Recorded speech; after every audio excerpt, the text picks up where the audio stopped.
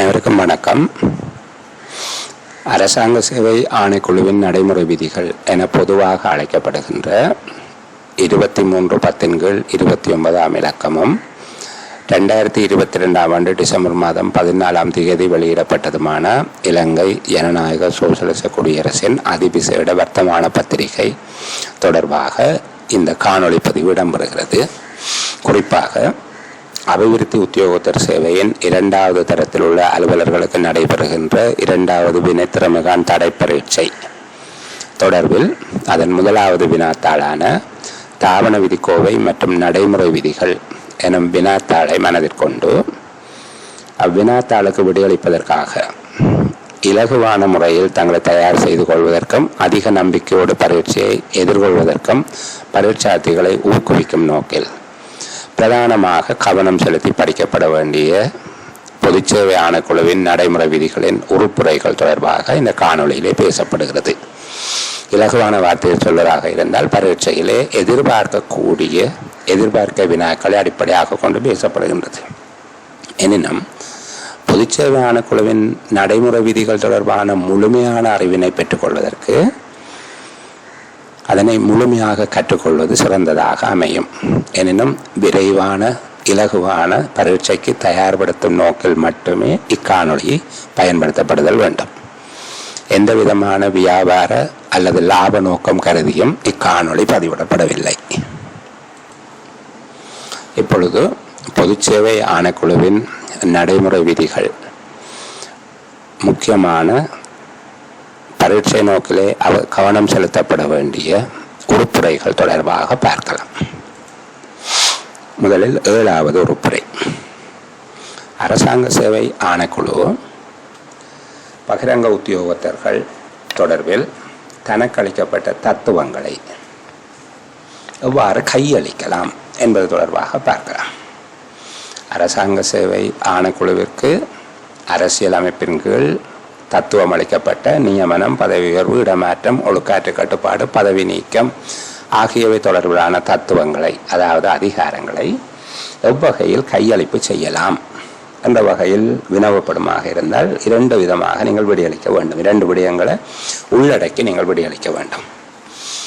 அரசாங்க சேவை ஆணைக்குழு அரசியலமைப்பின் 56(1) உறுப்புரை நியதிகளுக்கு அமைவாக ஆணைக்குழுவினால் நியமிக்கப்பட்ட 3 உறுப்பினர்களை கொண்ட ஒரு குழுவிடம் அரசாங்க சேவையில் உள்ள சில வகுதி உத்தியோகத்தர்களின் நியமனம், பதவி உயர்வு, இடமாற்றம், ஒழுக்காற்று கட்டுப்பாடு, பதவி நீக்கம் ஆகியவை தொடர்பிலான அதிகாரங்களை கையளிக்கலாம். 2வது, அரசாங்க சேவை ஆணைக்குழு அரசியலமைப்பின் 57(1) உறுப்புரையின் பிரகாரம் ஆணைக்குழுவினால் குறித்துரைக்கப்பட்ட சில வகுதி உத்தியோகத்தர்கள் தொடர்பிலான நியமனம், பதவி உயர்வு, இடமாற்றம், ஒழுக்காற்று கட்டுப்பாடு, பதவி நீக்கம் ஆகியவற்றை செய்வதற்கான தத்துவங்களை அரசாங்க உத்தியோகத்தர் ஒருவருக்கு கையளிக்கலாம்.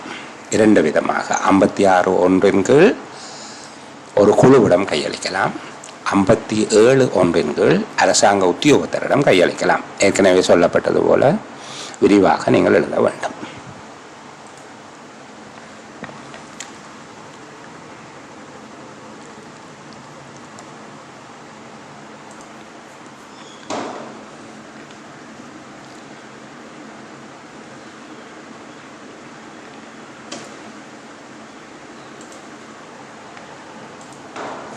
அடுத்து, நியமனங்கள் என்பதனுள் உள்ளடங்குபவை எவை, அல்லது அரசாங்க சேவை ஆணைக்குழு எவ்வகையான நியமனங்களை வழங்குவதற்கு தத்துவங்களை கொண்டுள்ளது என்பதாகவும் வினவப்படலாம்.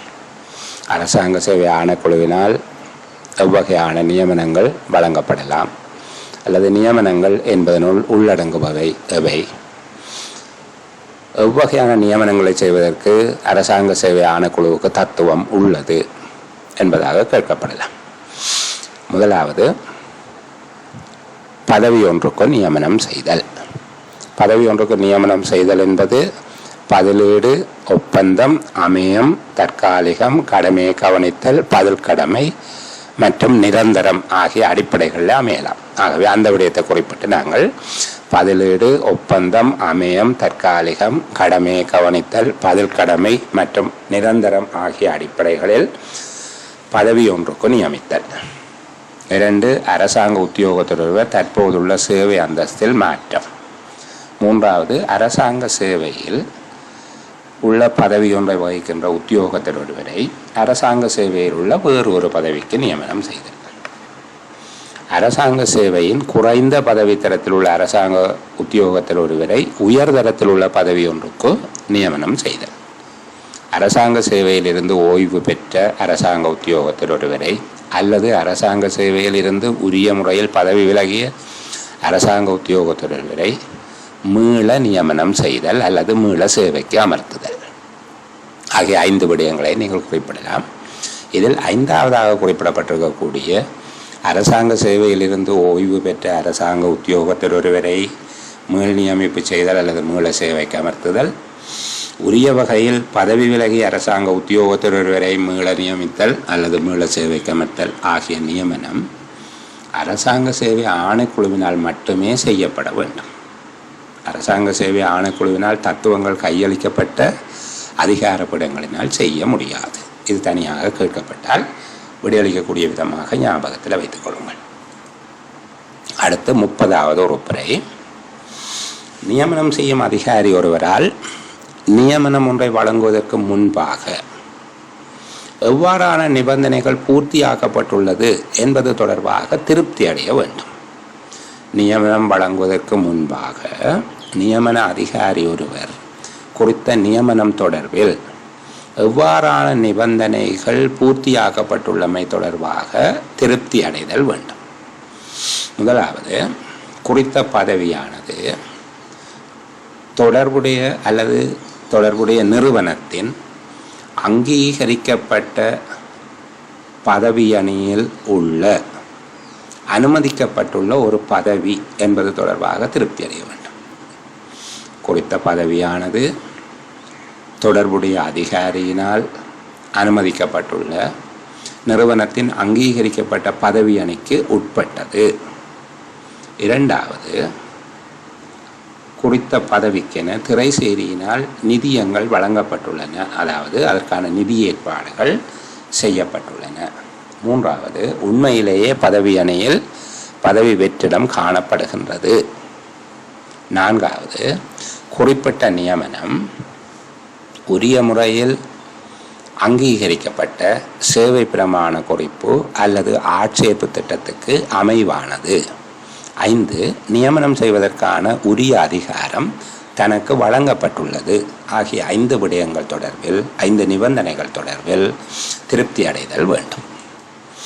அடுத்ததாக, உத்தியோகத்தர் ஒருவரின் நியமனம் செயல்வலுப்பெறும் திகதி எவ்வாறு நிச்சயிக்கப்படுகிறது அல்லது நியமனம் ஒன்று செயல்வலுப்பெறும் திகதியாக அமைவது எது?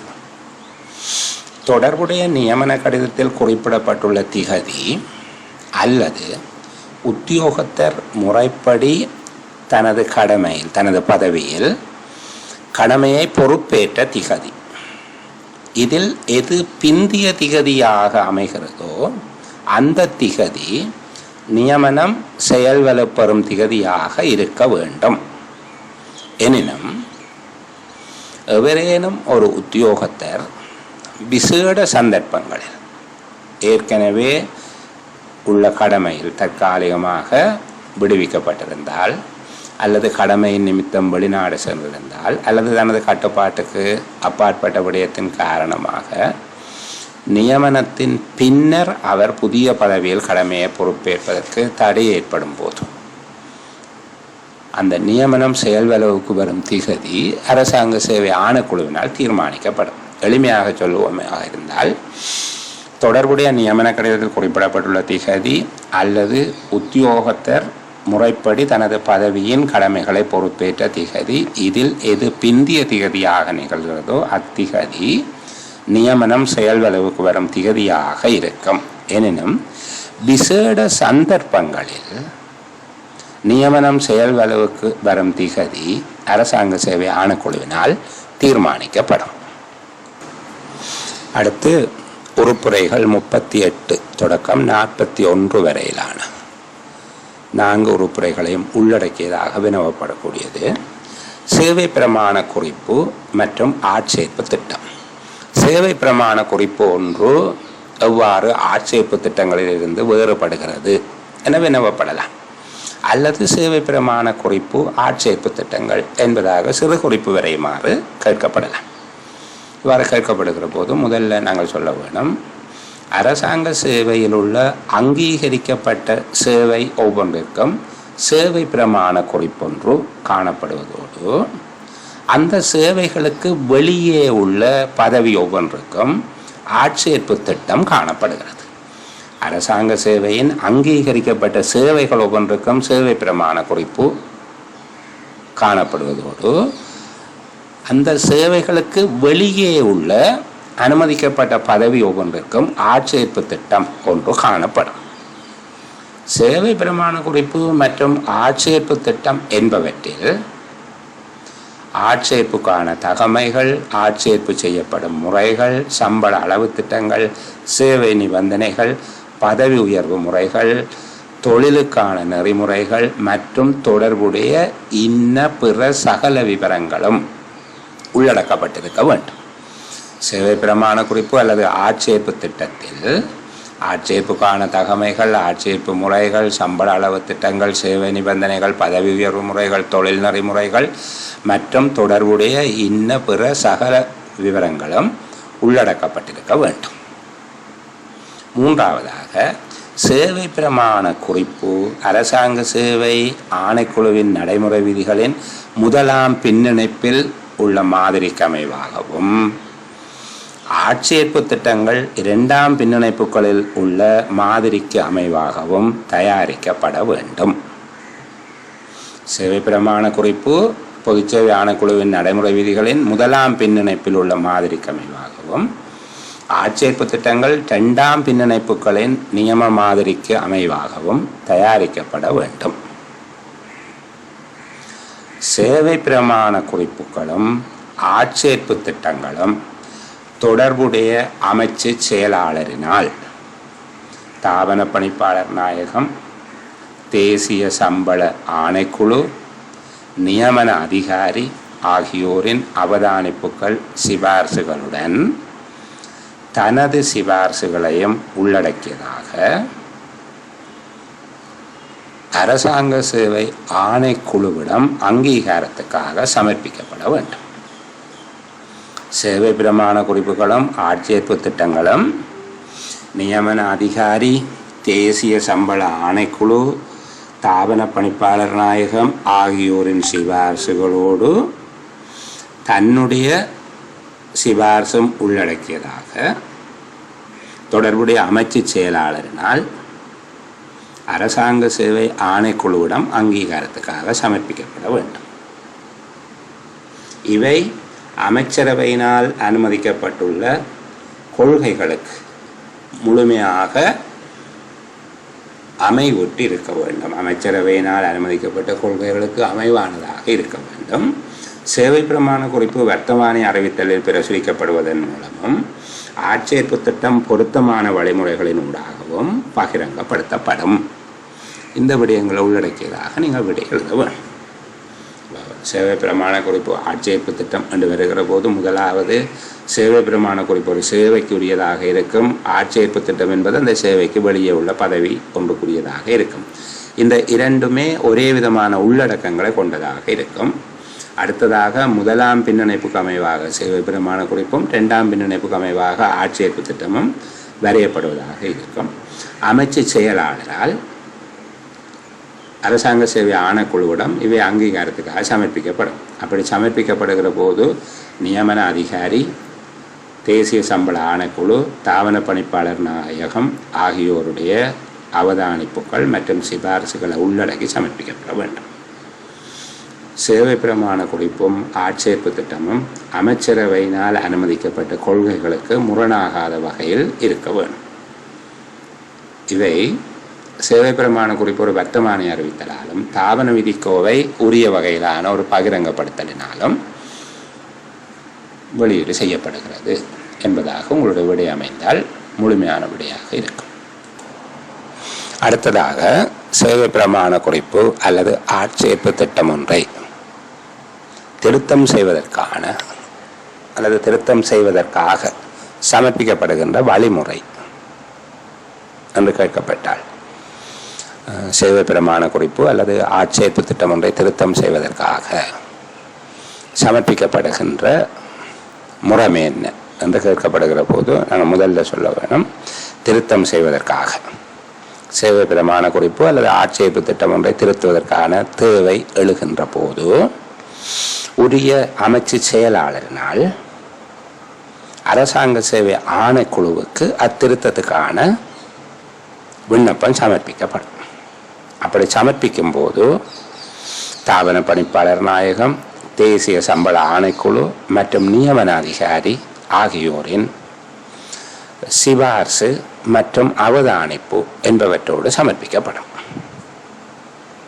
சமர்ப்பிக்கப்படுகின்ற திருத்தத்துக்கான விண்ணப்பம் என்பது 3 நிரல்களை உள்ளடக்கியதாக இருக்கும். ஒன்று, திருத்தம் செய்யப்பட வேண்டிய சேவை பிரமாண குறிப்பின் அல்லது ஆட்சேர்ப்பு திட்டத்தின் தற்போது உள்ள ஏற்பாடுகள். சேவை பிரமாண குறிப்பிலோ அல்லது ஆட்சேர்ப்பு திட்டத்திலோ இருக்கின்ற திருத்தம் செய்யப்பட வேண்டிய ஏற்பாடுகள் அவை. தற்போதுள்ள சேவை பிரமாண குறிப்பு ஆட்சேர்ப்பு திட்டத்தில் எந்த ஏற்பாடுகள் திருத்தம் செய்யப்பட வேண்டும்.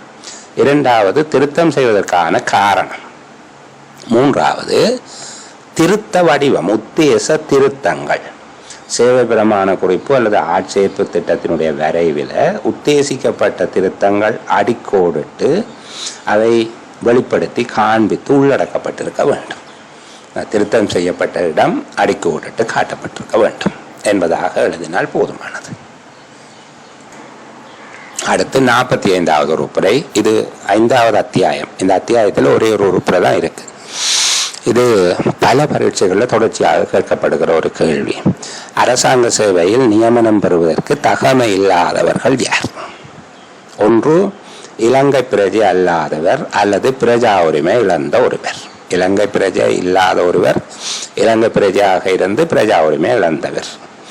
2வது, அரசாங்க சேவையில் ஏற்கனவே சேவையாற்றி கொண்டிருந்த போது, அரசாங்க சேவையில் சேவையாற்றி கொண்டிருந்த போது வினைத்திறமையின்மைக்காக கட்டாயமாக ஓய்வு பெற செய்யப்பட்டவர், பதவி நீக்கத்துக்கு பதிலாக கருணை அடிப்படையில் கட்டாயமாக ஓய்வு பெற செய்யப்பட்டவர், ஒழுக்காற்று காரணங்களின் அடிப்படையில், அதாவது ஒழுக்காற்று தண்டனை ஒன்றாக ஓய்வு பெற செய்யப்பட்டவர், அல்லது ஒழுக்காற்று காரணங்களின் அடிப்படையில் பதவி நீக்கம் செய்யப்பட்டவர், பதவியை வெறிதாக்கியவர் ஆகியோர்.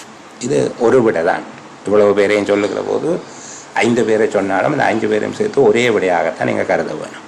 முதலாவது, இலங்கை பிரஜை அல்லாதவர் அல்லது பிரஜா உரிமை இழந்தவர். 2வது, அரசாங்க சேவையில் பணியில் இருந்தபோது வினைத்திறமையின்மைக்காக கட்டாயமாக ஓய்வு பெற செய்யப்பட்டவர், பதவி நீக்கத்துக்கு பதிலாக கருணை அடிப்படையில் ஓய்வு பெற செய்யப்பட்டவர், ஒழுக்காற்று காரணங்களுக்காக ஓய்வு பெற செய்யப்பட்டவர், ஒழுக்காற்று காரணங்களினால் பதவி நீக்கம் செய்யப்பட்டவர், பதவியை வெறிதாக்கியவர் ஆகியோர். 3வது, குடியரசுக்கு எதிராக புரிந்த குற்றவியல் தவறொன்றுக்காக நீதிமன்றத்தினால் குற்ற தீர்ப்பு வழங்கப்பட்டவர். 4வது, குற்றவியல் நடவடிக்கை ஒன்றிற்காக நீதிமன்றம் ஒன்றினால் குற்றவாளியாக காணப்பட்டவர். 5வது, கடன் தீர்க்க வகையற்றவர் என பிரகடனப்படுத்தப்பட்டவர். ஆகிய 5 வகுதியினர் அரசாங்க சேவையில் நியமனம் பெறுவதற்கு தகுதியற்றவர்கள். அடுத்து 71 மற்றும் 72வது உறுப்பினர்களின் மீது கவனம் செலுத்துவோம். நேர்முக பரீட்சை சபை ஒன்றின் அமைவு தொடர்பாக வினவப்படக்கூடிய வினா. நேர்முக பரீட்சை சபை ஒன்று எவ்வாறு அமைக்கப்பட வேண்டும், அல்லது நேர்முக பரீட்சை சபை ஒன்றினை அமைப்பது தொடர்பாக பொதுச்சேவை ஆணைக்குழுவினால் வழங்கப்பட்டுள்ள வழிகாட்டல்கள் எவை என்பது போன்ற ஒரு வினவப்படுமாக இருந்தால், உரிய வகையில் நியமனம் செய்யும் அதிகாரியினால் அங்கீகரிக்கப்பட்ட சேவை பிரமாண குறிப்பு அல்லது ஆட்சேர்ப்பு திட்டத்துக்கு அமைவாக நேர்முக பரீட்சை சபைகள் நியமிக்கப்பட வேண்டும். சேவை பிரமாண குறிப்பு அங்கீகரிக்கப்பட்ட சேவை பிரமாண குறிப்பு அல்லது ஆட்சேர்ப்பு திட்டத்துக்கு அமைவாக உரிய வகையில் நியமனம் செய்யும் அதிகாரி நேர்முக பரீட்சை சபைகளை நியமிக்க வேண்டும். இது முதலாவது விஷயம். அதாவது சேவை பிரமாண குறிப்பு அல்லது ஆட்சேர்ப்பு திட்டத்தில் செய்யப்பட்டுள்ள ஏற்பாடுகளுக்கு அமைவாக நியமன அதிகாரியினால் நேர்முக பரீட்சை சபை நிறுவப்பட வேண்டும். இரண்டாவது, நேர்முக பரீட்சை சபை ஒன்று எவ்வாறு நிறுவப்பட வேண்டும் என்பது தொடர்பில் சேவை பிரமாண குறிப்பு அல்லது ஆட்சேர்ப்பு திட்டத்தில் ஏற்பாடு செய்யப்பட்டிருக்காத போது கீழ்வரும் நிபந்தனைகளுக்கு உட்பட்டு நேர்முக பரீட்சை சபைகள் அமைக்கப்பட வேண்டும். நேர்முக பரீட்சை சபை ஒன்று தொடர்பாக சேவை பிரமாண குறிப்பு அல்லது ஆட்சேர்ப்பு திட்டத்தில் வேறு விதமாக ஏற்பாடு செய்யப்பட்டிருக்காத சந்தர்ப்பத்தில் கீழ்வரும் நிபந்தனைகளுக்கு அமைவாக நேர்முக பரீட்சை சபை ஒன்று அமைக்கப்பட வேண்டும். அந்த நிபந்தனைகள்: ஒன்று, அரசாங்க சேவையாளர் ஒருவரை தலைவராக கொண்டதாக 5 உறுப்பினர்களுக்கு மேற்படாமலும் 3 உறுப்பினர்களுக்கு குறையாமலும் நேர்முக பரீட்சை சபைக்கான அங்கத்தவர்கள் நியமிக்கப்பட வேண்டும். முதலாவது விடயம், அரசாங்க சேவையாளர் ஒருவரை தலைவராக கொண்டு 5 உறுப்பினர்களுக்கு மேற்படாது ஆக குறைந்தது 3 உறுப்பினர்களை கொண்டதாக நேர்முக பரீட்சை சபை இருக்க வேண்டும். இரண்டாவது, நேர்முக பரீட்சை சபையில் ஆக குறைந்தது ஒருவராவது அந்த வெற்றிடம் நிலவுகின்ற அமைச்சு அல்லது திணைக்களத்தை சாராதவராக, அதாவது அதற்கு வெளியே உள்ள அமைச்சு அல்லது திணைக்களத்தை சார்ந்தவராக இருக்க வேண்டும். நேர்முக பரீட்சை சபையில் குறைந்தது ஒருவராவது அந்த வெற்றிடம் நிலவுகின்ற அமைச்சோ அல்லது திணைக்களத்தையோ சாராதவராக வேறு ஒரு அமைச்சு திணைக்களத்தை சார்ந்தவராக இருக்க வேண்டும். மூன்றாவது, சாத்தியமான எல்லா சந்தர்ப்பங்களிலும் ஆண் பெண் இருபாலாரும் அங்கத்தவர்களாக இருக்க வேண்டும். நான்காவது, தேவையான சந்தர்ப்பங்களில் மும்மொழி பாவனையை இலகுவாக்கும் நோக்கில் உரைவேற்பாளர் ஒருவரின் உதவியை பெற்றுக்கொள்ளலாம். நேர்முக பரீட்சை சபை ஒன்று அமைக்கப்படுவதற்கான நெறிமுறைகள் அல்லது வழிகாட்டல்கள் என்று கேட்கப்பட்டால், அல்லது நேர்முக பரீட்சை சபை ஒன்று எவ்வாறு அமைக்கப்பட வேண்டும் என்று கேட்கப்பட்டால் நீங்கள் இந்த விடைகளை எழுதலாம். அடுத்த உறுப்புரை 75, நேர்முக பரீட்சை சபை ஒன்றிற்கு நேர்முக பரீட்சையினை நடத்தும் நோக்கில் வழங்கப்பட வேண்டிய ஆவணங்கள் அவை. நேர்முக பரீட்சை ஒன்றினை நடத்துவதற்காக நேர்முக பரீட்சை சபைக்கு வழங்க வேண்டிய ஆவணங்கள் அவை. ஒன்று, உரிய வகையில் அங்கீகரிக்கப்பட்ட சேவை பிரமாண குறிப்பு அல்லது ஆட்சேர்ப்பு திட்டம். இரண்டாவது, நியமனத்திற்கான விண்ணப்பங்கள் கோரப்பட்ட விளம்பரம். மூன்று, விண்ணப்பதாரர்களின் எண்ணிக்கை, அவர்களுடைய பெயர்கள் மற்றும் தகமைகள் பற்றிய பொழிப்பு.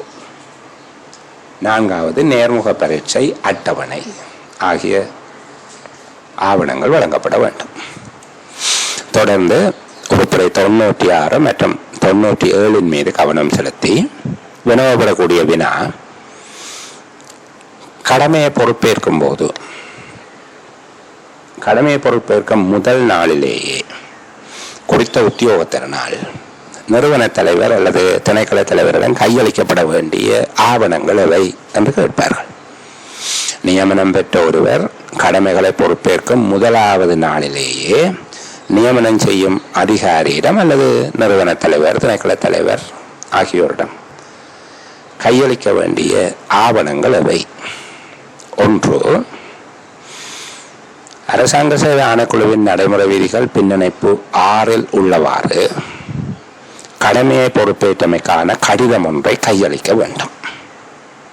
அரசாங்க சேவைகள் ஆணைக்குழுவின் நடைமுறை விதிகள் பின்னிணைப்பு 6 உள்ளவாறு கடமையை பொறுப்பேற்றமைக்கான கடிதம் ஒன்றை கையளிக்க வேண்டும்.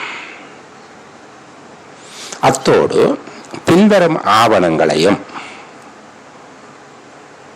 கையளிக்க வேண்டும்.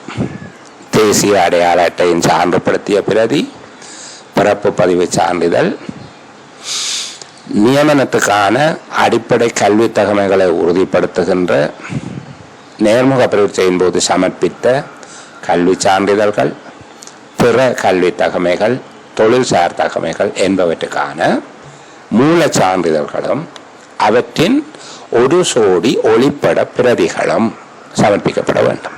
பிரதிகள் மூல சான்றிதழ்களின் உண்மை பிரதிகள் என்பதாக குறித்த அலுவலரால் சான்றுபடுத்தி ஒப்பமிடப்பட்டிருக்க வேண்டும்.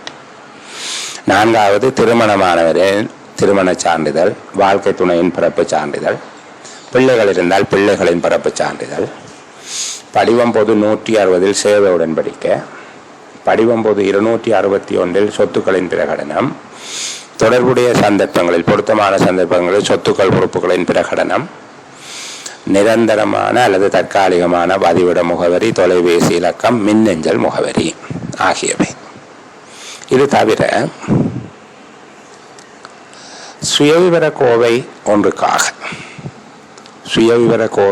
ஒன்றிற்காக சமர்ப்பிக்கப்பட வேண்டிய ஆவணங்கள் என கேட்கப்பட்டால் மேலுள்ள ஆவணங்களையும் குறிப்பிட்டு மேலே சொல்லப்பட்ட கடமையை பொறுப்பேற்ற கடிதம், பின்னணைப்பு 6 கடமையை பொறுப்பேற்ற கடிதம், தேசிய அடையாள அட்டை, பிறப்பு சான்றிதழ், கல்வி தகமை சான்றிதழ்களும் ஏனைய தகமை சான்றிதழ்களும், திருமணமானவர்கள் திருமண சான்றிதழ், வாழ்க்கை துணையின் பிறப்பு சான்றிதழ், பிள்ளைகள் பற்றிய விவரங்கள், படிவம் பொது 160 சேவை உடன்படிக்கை, பொது 261 சொத்துக்களின் பிரகடனம், முகவரி, தொலைபேசி இலக்கம், மின்னஞ்சல் முகவரி போன்றவற்றை குறிப்பிடுவதோடு தொடர்ந்து பெயர் வழி கோப்பில் இணைப்பதற்காக சமர்ப்பிக்கப்பட வேண்டிய ஆவணங்கள் அல்லது பெயர் வழி கோப்பு ஒன்றில் பேணப்பட வேண்டிய ஆவணங்கள் என்று கேட்கப்படுகின்ற போது அவற்றோடு சேர்ந்து கீழ்வரும் ஆவணங்களையும் நீங்கள் எழுத வேண்டும்.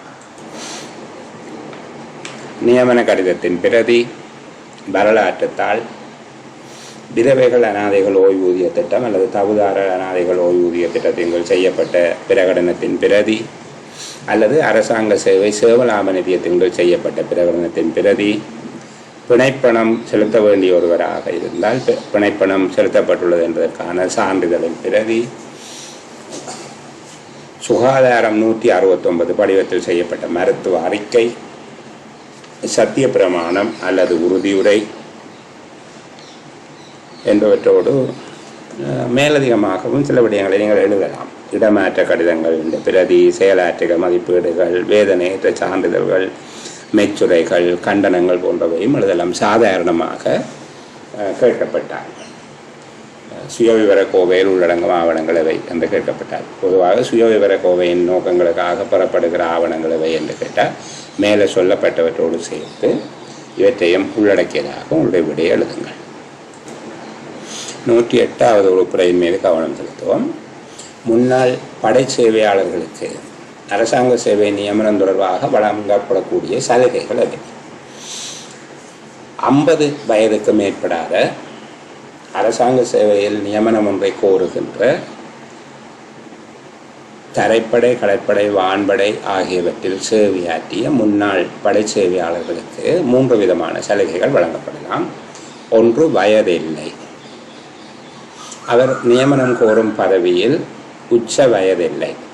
அவருடைய வயதிலிருந்து அதிகமாக இருந்தால் அவருடைய தற்போதைய வயதிலிருந்து படையில் சேவையாற்றிய காலம் கழிக்கப்பட்டதன் பின்னர் வருகின்ற எண்ணிக்கையினை அவருடைய வயதாக கருதி நியமனத்துக்கு ஏற்றுக்கொள்ள வேண்டும். 2வது, பல்கலைக்கழக பட்டம் ஒன்று நியமனத்துக்கான தகமையாக கேட்கப்படாத பதவிக்கு ஆட்சேர்ப்பு செய்யும் போது அவர் பெற்றுள்ள கல்வி தகமைக்கு அடுத்த நிலையில் உள்ள தகமையை பெற்றவராக அவர் கருதப்பட வேண்டும். பல்கலைக்கழக மானியங்கள் ஆணைக்குழுவினால் அங்கீகரிக்கப்பட்ட பல்கலைக்கழகம் ஒன்றிலிருந்து பெறப்பட்ட பட்டம் என்பது நியமனத்துக்கான கல்வி தகமையாக கோரப்படாத நியமனம் ஒன்றுக்கு முன்னாள் படைச்சேவையாளர் கொண்டுள்ள கல்வி தகமைக்கும் அடுத்துள்ள கல்வி தகமையை அவர் கொண்டிருப்பதாக கருத வேண்டும். 3வது, படைத்துறையில் தொழில்நுட்ப கூறுகளில் பணியாற்றி தொடர்புடைய தொழில்நுட்ப கூறுகளில் பணியாற்றி தேர்ச்சிய அனுபவத்தை கொண்டிருந்தால் அவர் தொழில்நுட்ப சான்றிதழ்களை கொண்டவராக கருதி நியமனம் வழங்குவதற்கு நடவடிக்கை எடுக்க வேண்டும். நாங்கள் தொடர்ந்து 8வது அத்தியாயம் தகுதிகான் காலம் மற்றும் நியமனத்தை உறுதிப்படுத்தல் என்கிறது தொடர்பான விஷயத்துக்குள்ளே இருக்கிற முக்கியமான விஷயங்களை பார்க்க போகிறோம். இதில் 109, 110, 111 உறுப்புரைகள் 3ஐயும் சேர்த்து ஒரு கேள்வி வாரது வழமையா. தகுதிகான் காலம் என்றால் என்ன என சுருக்கமாக விவரிக்க, அல்லது தகுதிகான் காலம் தொடர்பான முக்கிய விடயங்கள் அப்படின்னு சொல்லி கேட்கலாம். தகுதிகான் காலத்தோடு தொடர்புடைய பிரதானமான விடயங்களவை என்று கேட்கப்பட்ட இந்த 109, 110, 111 எழுதினா போதுமானது. அங்கே 112வது போக தேவையில்லை. அது தனியான ஒரு கேள்வியாக அவர்கள் கேட்பார்கள். அதை முதலாவது தகுதிகான் காலம் என்றால் என்ன, சில 2 புள்ளிகளாக இருந்தால் அதை மட்டும் எழுதினா போதுமானதாக இருக்கும். இப்போ கேட்குற புள்ளிகளை பொறுத்து தான் எங்கள் தீர்மானிக்கணும். பெரும்பாலும் இது 6 புள்ளிக்கு கேட்கப்படுமாக இருந்தால் தகுதிகான் காலம் என்பது 5 புள்ளி அல்லது 6 புள்ளி, 5 புள்ளிக்கு கேட்பார்கள், 6 புள்ளிக்கு கேட்பார்கள். கேட்டால் எங்கள் 109, 110, 111 3லையும் இருக்கிற இப்படியே பாடமாக்கி எழுதுறது சாத்தியம் இல்லை. அது கொஞ்சம் கஷ்டம். ஆனால் அதுக்குரிய விளக்கத்தை நீங்கள் எழுதி கொள்ளலாம். முதலாவது, அரசாங்க சேவையில் நிரந்தர பதவிக்கு புதிதாக நியமிக்கப்படும். இந்த விடயத்தை பார்க்கணும். நிரந்தர பதவி, அடுத்தது புதிதாக நியமிக்கப்படுகிறவர். அரசாங்க சேவையில் நிரந்தர பதவிக்கு புதிதாக நியமிக்கப்படுகிற அரசாங்க உத்தியோகத்தர் ஒருவரை நியமன அதிகாரி 3 ஆண்டுகள் கொண்ட தகுதிகான் காலத்துக்கு உட்படுத்த வேண்டும். அதுக்கு பிறகு அந்த உத்தியோகத்தருடைய பொறுப்பு என்னன்னு சொல்லி அடுத்த விஷயத்தை அடுத்ததாக நீங்கள் சொல்ல வேணும்.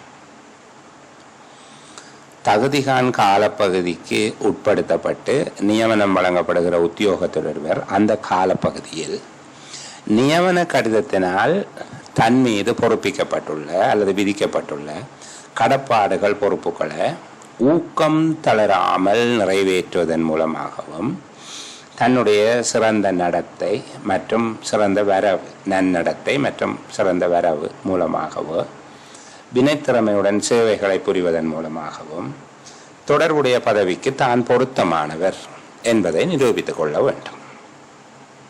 3வது விஷயம், தகுதிகான் காலத்தை வழங்குவது, தகுதிகான் காலம் குறித்து நியமிக்கப்படுவதனுடைய நோக்கம் என்ன என்று சொல்லி அந்த விஷயத்தையும் சேர்த்து எழுதுகிறேன்.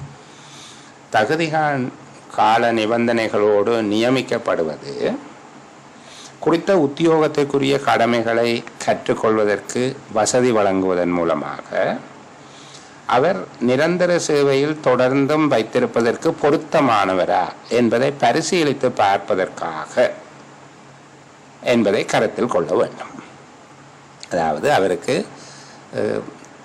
தன்னுடைய கடமைகளை கற்றுக்கொள்வதற்கு வசதியை செய்து கொடுத்து அதன் மூலமாக அவரை தொடர்ந்தும் சேவையில் வைத்திருப்பதற்கு, நிரந்தரமாக சேவையில் வைத்திருப்பதற்கு அவர் பொருத்தமானவர் தானா என்பதை பரிசீலித்து பார்ப்பதற்காகவே தகுதிகான் காலப்பகுதிக்கு உட்படுத்தப்பட்டு நியமிக்கப்படுகிறார் என்பது கருத்தில் கொள்ளப்பட வேண்டும். அவருடைய நியமனத்துக்குரிய அல்லது பதவிக்குரிய கடமைகளையும் பொறுப்புகளையும் அது தொடர்பிலான அனுபவத்தை பெற்றுக்கொள்ள தேவையான அனைத்து வசதிகளையும் அவருக்கு வழங்க வேண்டும். தொடர்ச்சியாக கண்காணித்து கருணை வாய்ந்த அவதானிப்பின் கீழ் வைத்திருக்க வேண்டும். அவருக்கு வழிகாட்டுதலும் செய்ய வேண்டும். இப்போ இந்த 3 முக்கியமான விடயங்களை வைத்துக்கொண்டு, ஒன்று தகுதிகான் காலம் என்றால் என்ன என்கிறத விளங்கப்படுத்துறீங்க. 2வது, தகுதிகான் காலத்தில் வைக்கப்பட்ட உத்தியோகத்தர் கொண்டுள்ள பொறுப்பு என்ன என்று பார்க்குறீங்க. 3வது, தகுதிகான் காலத்தினுடைய நோக்கமும் இயல்பும் சொல்லி விளங்கப்படுத்துறீங்க.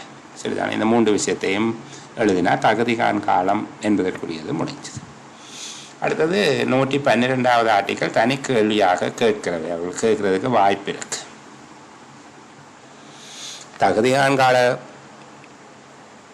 உள்ள உத்தியோகத்தர் ஒருவர், தகுதிகான் கால பகுதியில் ஒரு உத்தியோகத்தர் அவரை பதவியில் தொடர்ந்து வைத்திருப்பதற்கு பொருத்தமற்றவர் எனும் சந்தேகத்தை காட்டும் விதமான நடத்தையை புலப்படுத்தினால் மேற்கொள்ள வேண்டிய நடவடிக்கை என்ன என்று தனியாக கேட்பார்கள். தகுதிகான் காலப்பகுதிக்கு உட்படுத்தப்பட்டு நியமனம் வழங்கப்பட்ட உத்தியோகத்தர் ஒருவர் தகுதிகான் காலத்தில் பதவியில் நிரந்தரமாக வைத்திருப்பதற்கு பொருத்தமற்றவர் எனும் போக்கினை காட்டினால் அல்லது நடத்தையை வெளிப்படுத்தினால் மேற்கொள்ள வேண்டிய நடவடிக்கை என்ன? உத்தியோகத்தர் ஒருவர் பதவியில் தொடர்ந்து நிரந்தரமாக வைத்திருப்பதற்கு பொருத்தமற்றவர் எனும் சந்தேகத்தை தகுதிகான் காலப்பகுதியில் வெளிப்படுத்துவார் எனில் அவர் உடனடியாக எச்சரிக்கை செய்யப்பட வேண்டும். அவருடைய குறைகளை திருத்துவதற்கு இயன்ற வரையிலான உதவிகளை அவருக்கு வழங்க வேண்டும். பதவியில் அவரை நிரந்தரமாக்கக்கூடிய அல்லது உறுதிப்படுத்துவதை தடுக்கக்கூடிய விதமாக தொடர்ந்தும் பாரதூரமான நடத்தை கோளாறு அல்லது பண்பு சார்ந்த கோளாறுகள், அதாவது தவறுகள் அவர் மீது தொடர்ந்தும் காணப்படுமாக இருந்தால் அவருக்கான எழுத்து மூல எச்சரிக்கை அல்லது எழுத்து மூலமான கண்டிப்பு அவருக்கு வழங்க வேண்டும். எழுத்து மூலமான எச்சரிக்கை வழங்கப்பட்டு அதை அவர் பெற்றுக்கொண்டார் என்பதை எழுத்து மூலமாக உறுதிப்படுத்தி கொள்ள வேண்டும். அவரிடமிருந்து ஒப்புக்கோடல் வர வேண்டும். ஏற்பு அல்லது ஒப்புக்கோடல், அக்னாலஜ்மெண்ட் எடுக்க வேண்டும்.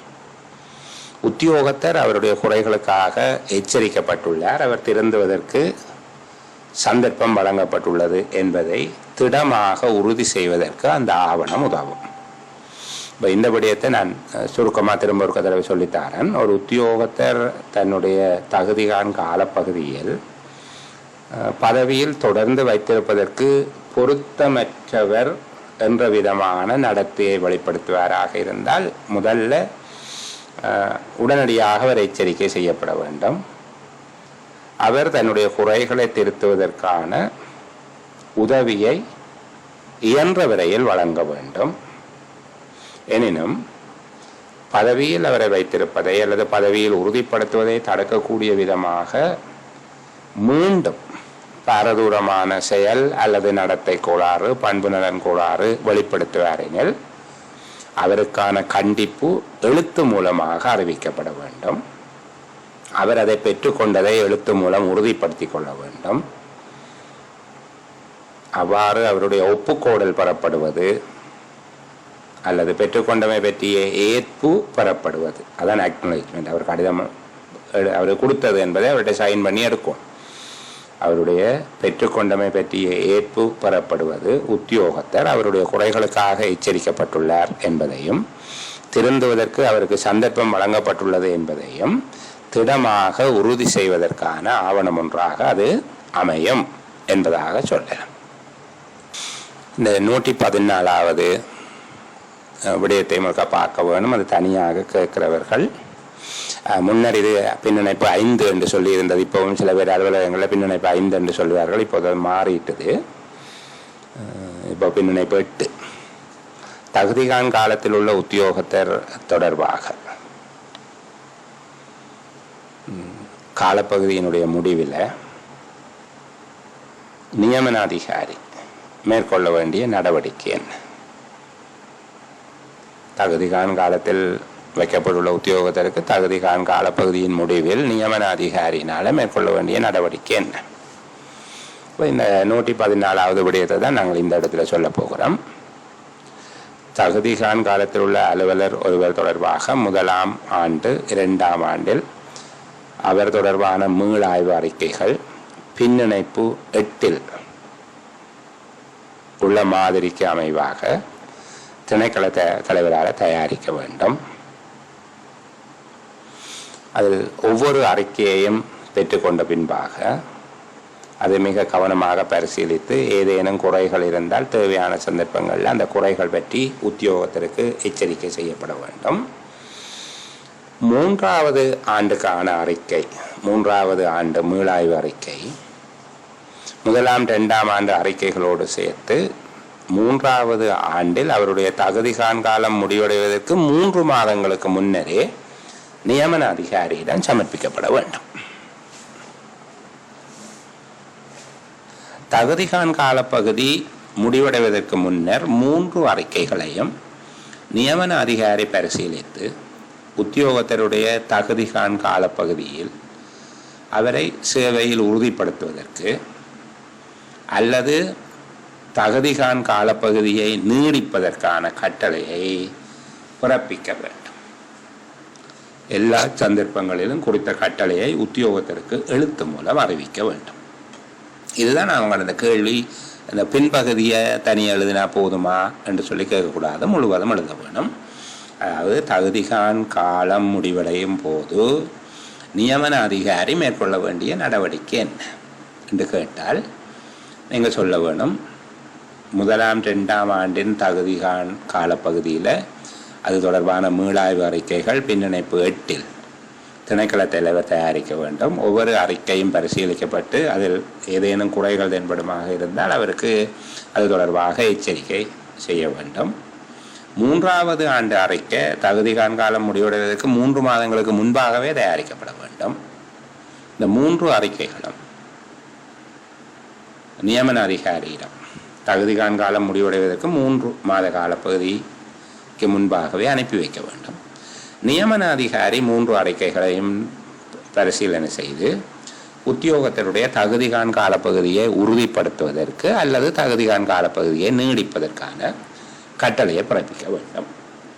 எல்லா சந்தர்ப்பங்களிலும் இந்த கட்டளை எழுத்து மூலமாக உத்தியோகத்தருக்கு அறிவிக்கப்பட வேண்டும். தொடர்ந்து இந்த 115வது உறுப்புரையிலையும் கேள்வி வாரது, அதை மக்கள் பார்த்துக்கொள்ளுங்க. என்றால் தகுதிகான் காலத்தில் உரிய தகவல்களை பூர்த்தி செய்யாத ஒரு அலுவலர் தொடர்பில் நியமன அதிகாரி தகுதிகான் காலத்தை நீடிக்கும் செயல்முறை தொடர்பாக விவரிக்க என்று கேட்பார்கள். இப்போ தகுதிகான் காலத்தில் இருக்கிற ஒரு உத்தியோகத்தர் அந்த காலப்பகுதியில் தன்னுடைய தகமைகளை அல்லது தேவைப்பாடுகளை பூர்த்தி செய்யாத போது நியமன அதிகாரி மேற்கொள்ளக்கூடிய நடவடிக்கைகள் என்ன? தகுதிகான் காலப்பகுதியில் தன்னுடைய தகமைகளை அல்லது விதித்துரைக்கப்பட்ட கடப்பாடுகளை பூர்த்தி செய்ய தவறுகின்ற ஒரு உத்தியோகத்தர் தொடர்பாக நியமன அதிகாரி 2 விதமான தீர்மானங்களுக்கு வரலாம். ஒன்று, குறித்த உத்தியோகத்தரின் தகுதிகான் காலப்பகுதியினை ஒரு வேளைக்கு 1 வருடம் எனும் அடிப்படையில் ஆகக்கூடியது 3 வருடங்களுக்கு நீடிப்பு செய்யலாம். அந்த காலப்பகுதியில் அவருடைய சம்பள ஏற்றங்கள் பிற்போடப்பட்டு அவருக்கு அறிவிக்கப்பட வேண்டும். குறித்த உத்தியோகத்தர் அவ்வாறு நீடிக்கப்பட்ட காலப்பகுதிக்குள்ள தனது செயலாற்றுகையை விருத்தி செய்து கொள்வார்கள் அல்லது தன்னுடைய கடப்பாடுகளை பூர்த்தி செய்வதற்கு விடாமுயற்சியோட ஊக்கத்தோட நடவடிக்கை எடுக்க வேண்டும்.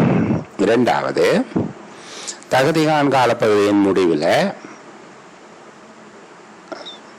தகுதிகான் தேவைப்பாடுகளை பூர்த்தி செய்யாத உத்தியோகத்தர் ஒருவருடைய சேவையினை நியமன அதிகாரி முடிவுறுத்தலாம், நியமனத்தை முடிவுறுத்தலாம். இந்த 2 விஷயத்தையும் பார்த்துக்கொள்ளுங்க. சேவையில் தகுதிகான் கால நிபந்தனைகளோடு நியமிக்கப்பட்ட ஒரு உத்தியோகத்தர் அந்த காலப்பகுதியில் வினைத்திறமை மூலமாக அல்லது தகுதிகான் காலப்பகுதிக்கு நிபந்தனைகளை பூர்த்தி செய்யாவிட்டால், வினைத்திறமை என்ற வார்த்தையை விடுங்க, தகுதிகான் காலப்பகுதிக்குரிய நிபந்தனைகளை பூர்த்தி செய்யாத போது தகுதிகான் காலத்தை நீடிக்கும் செயல்முறை என்று கேட்கப்பட்டால் நீங்கள் இதை மட்டும் எழுதினா காணும். எப்படி?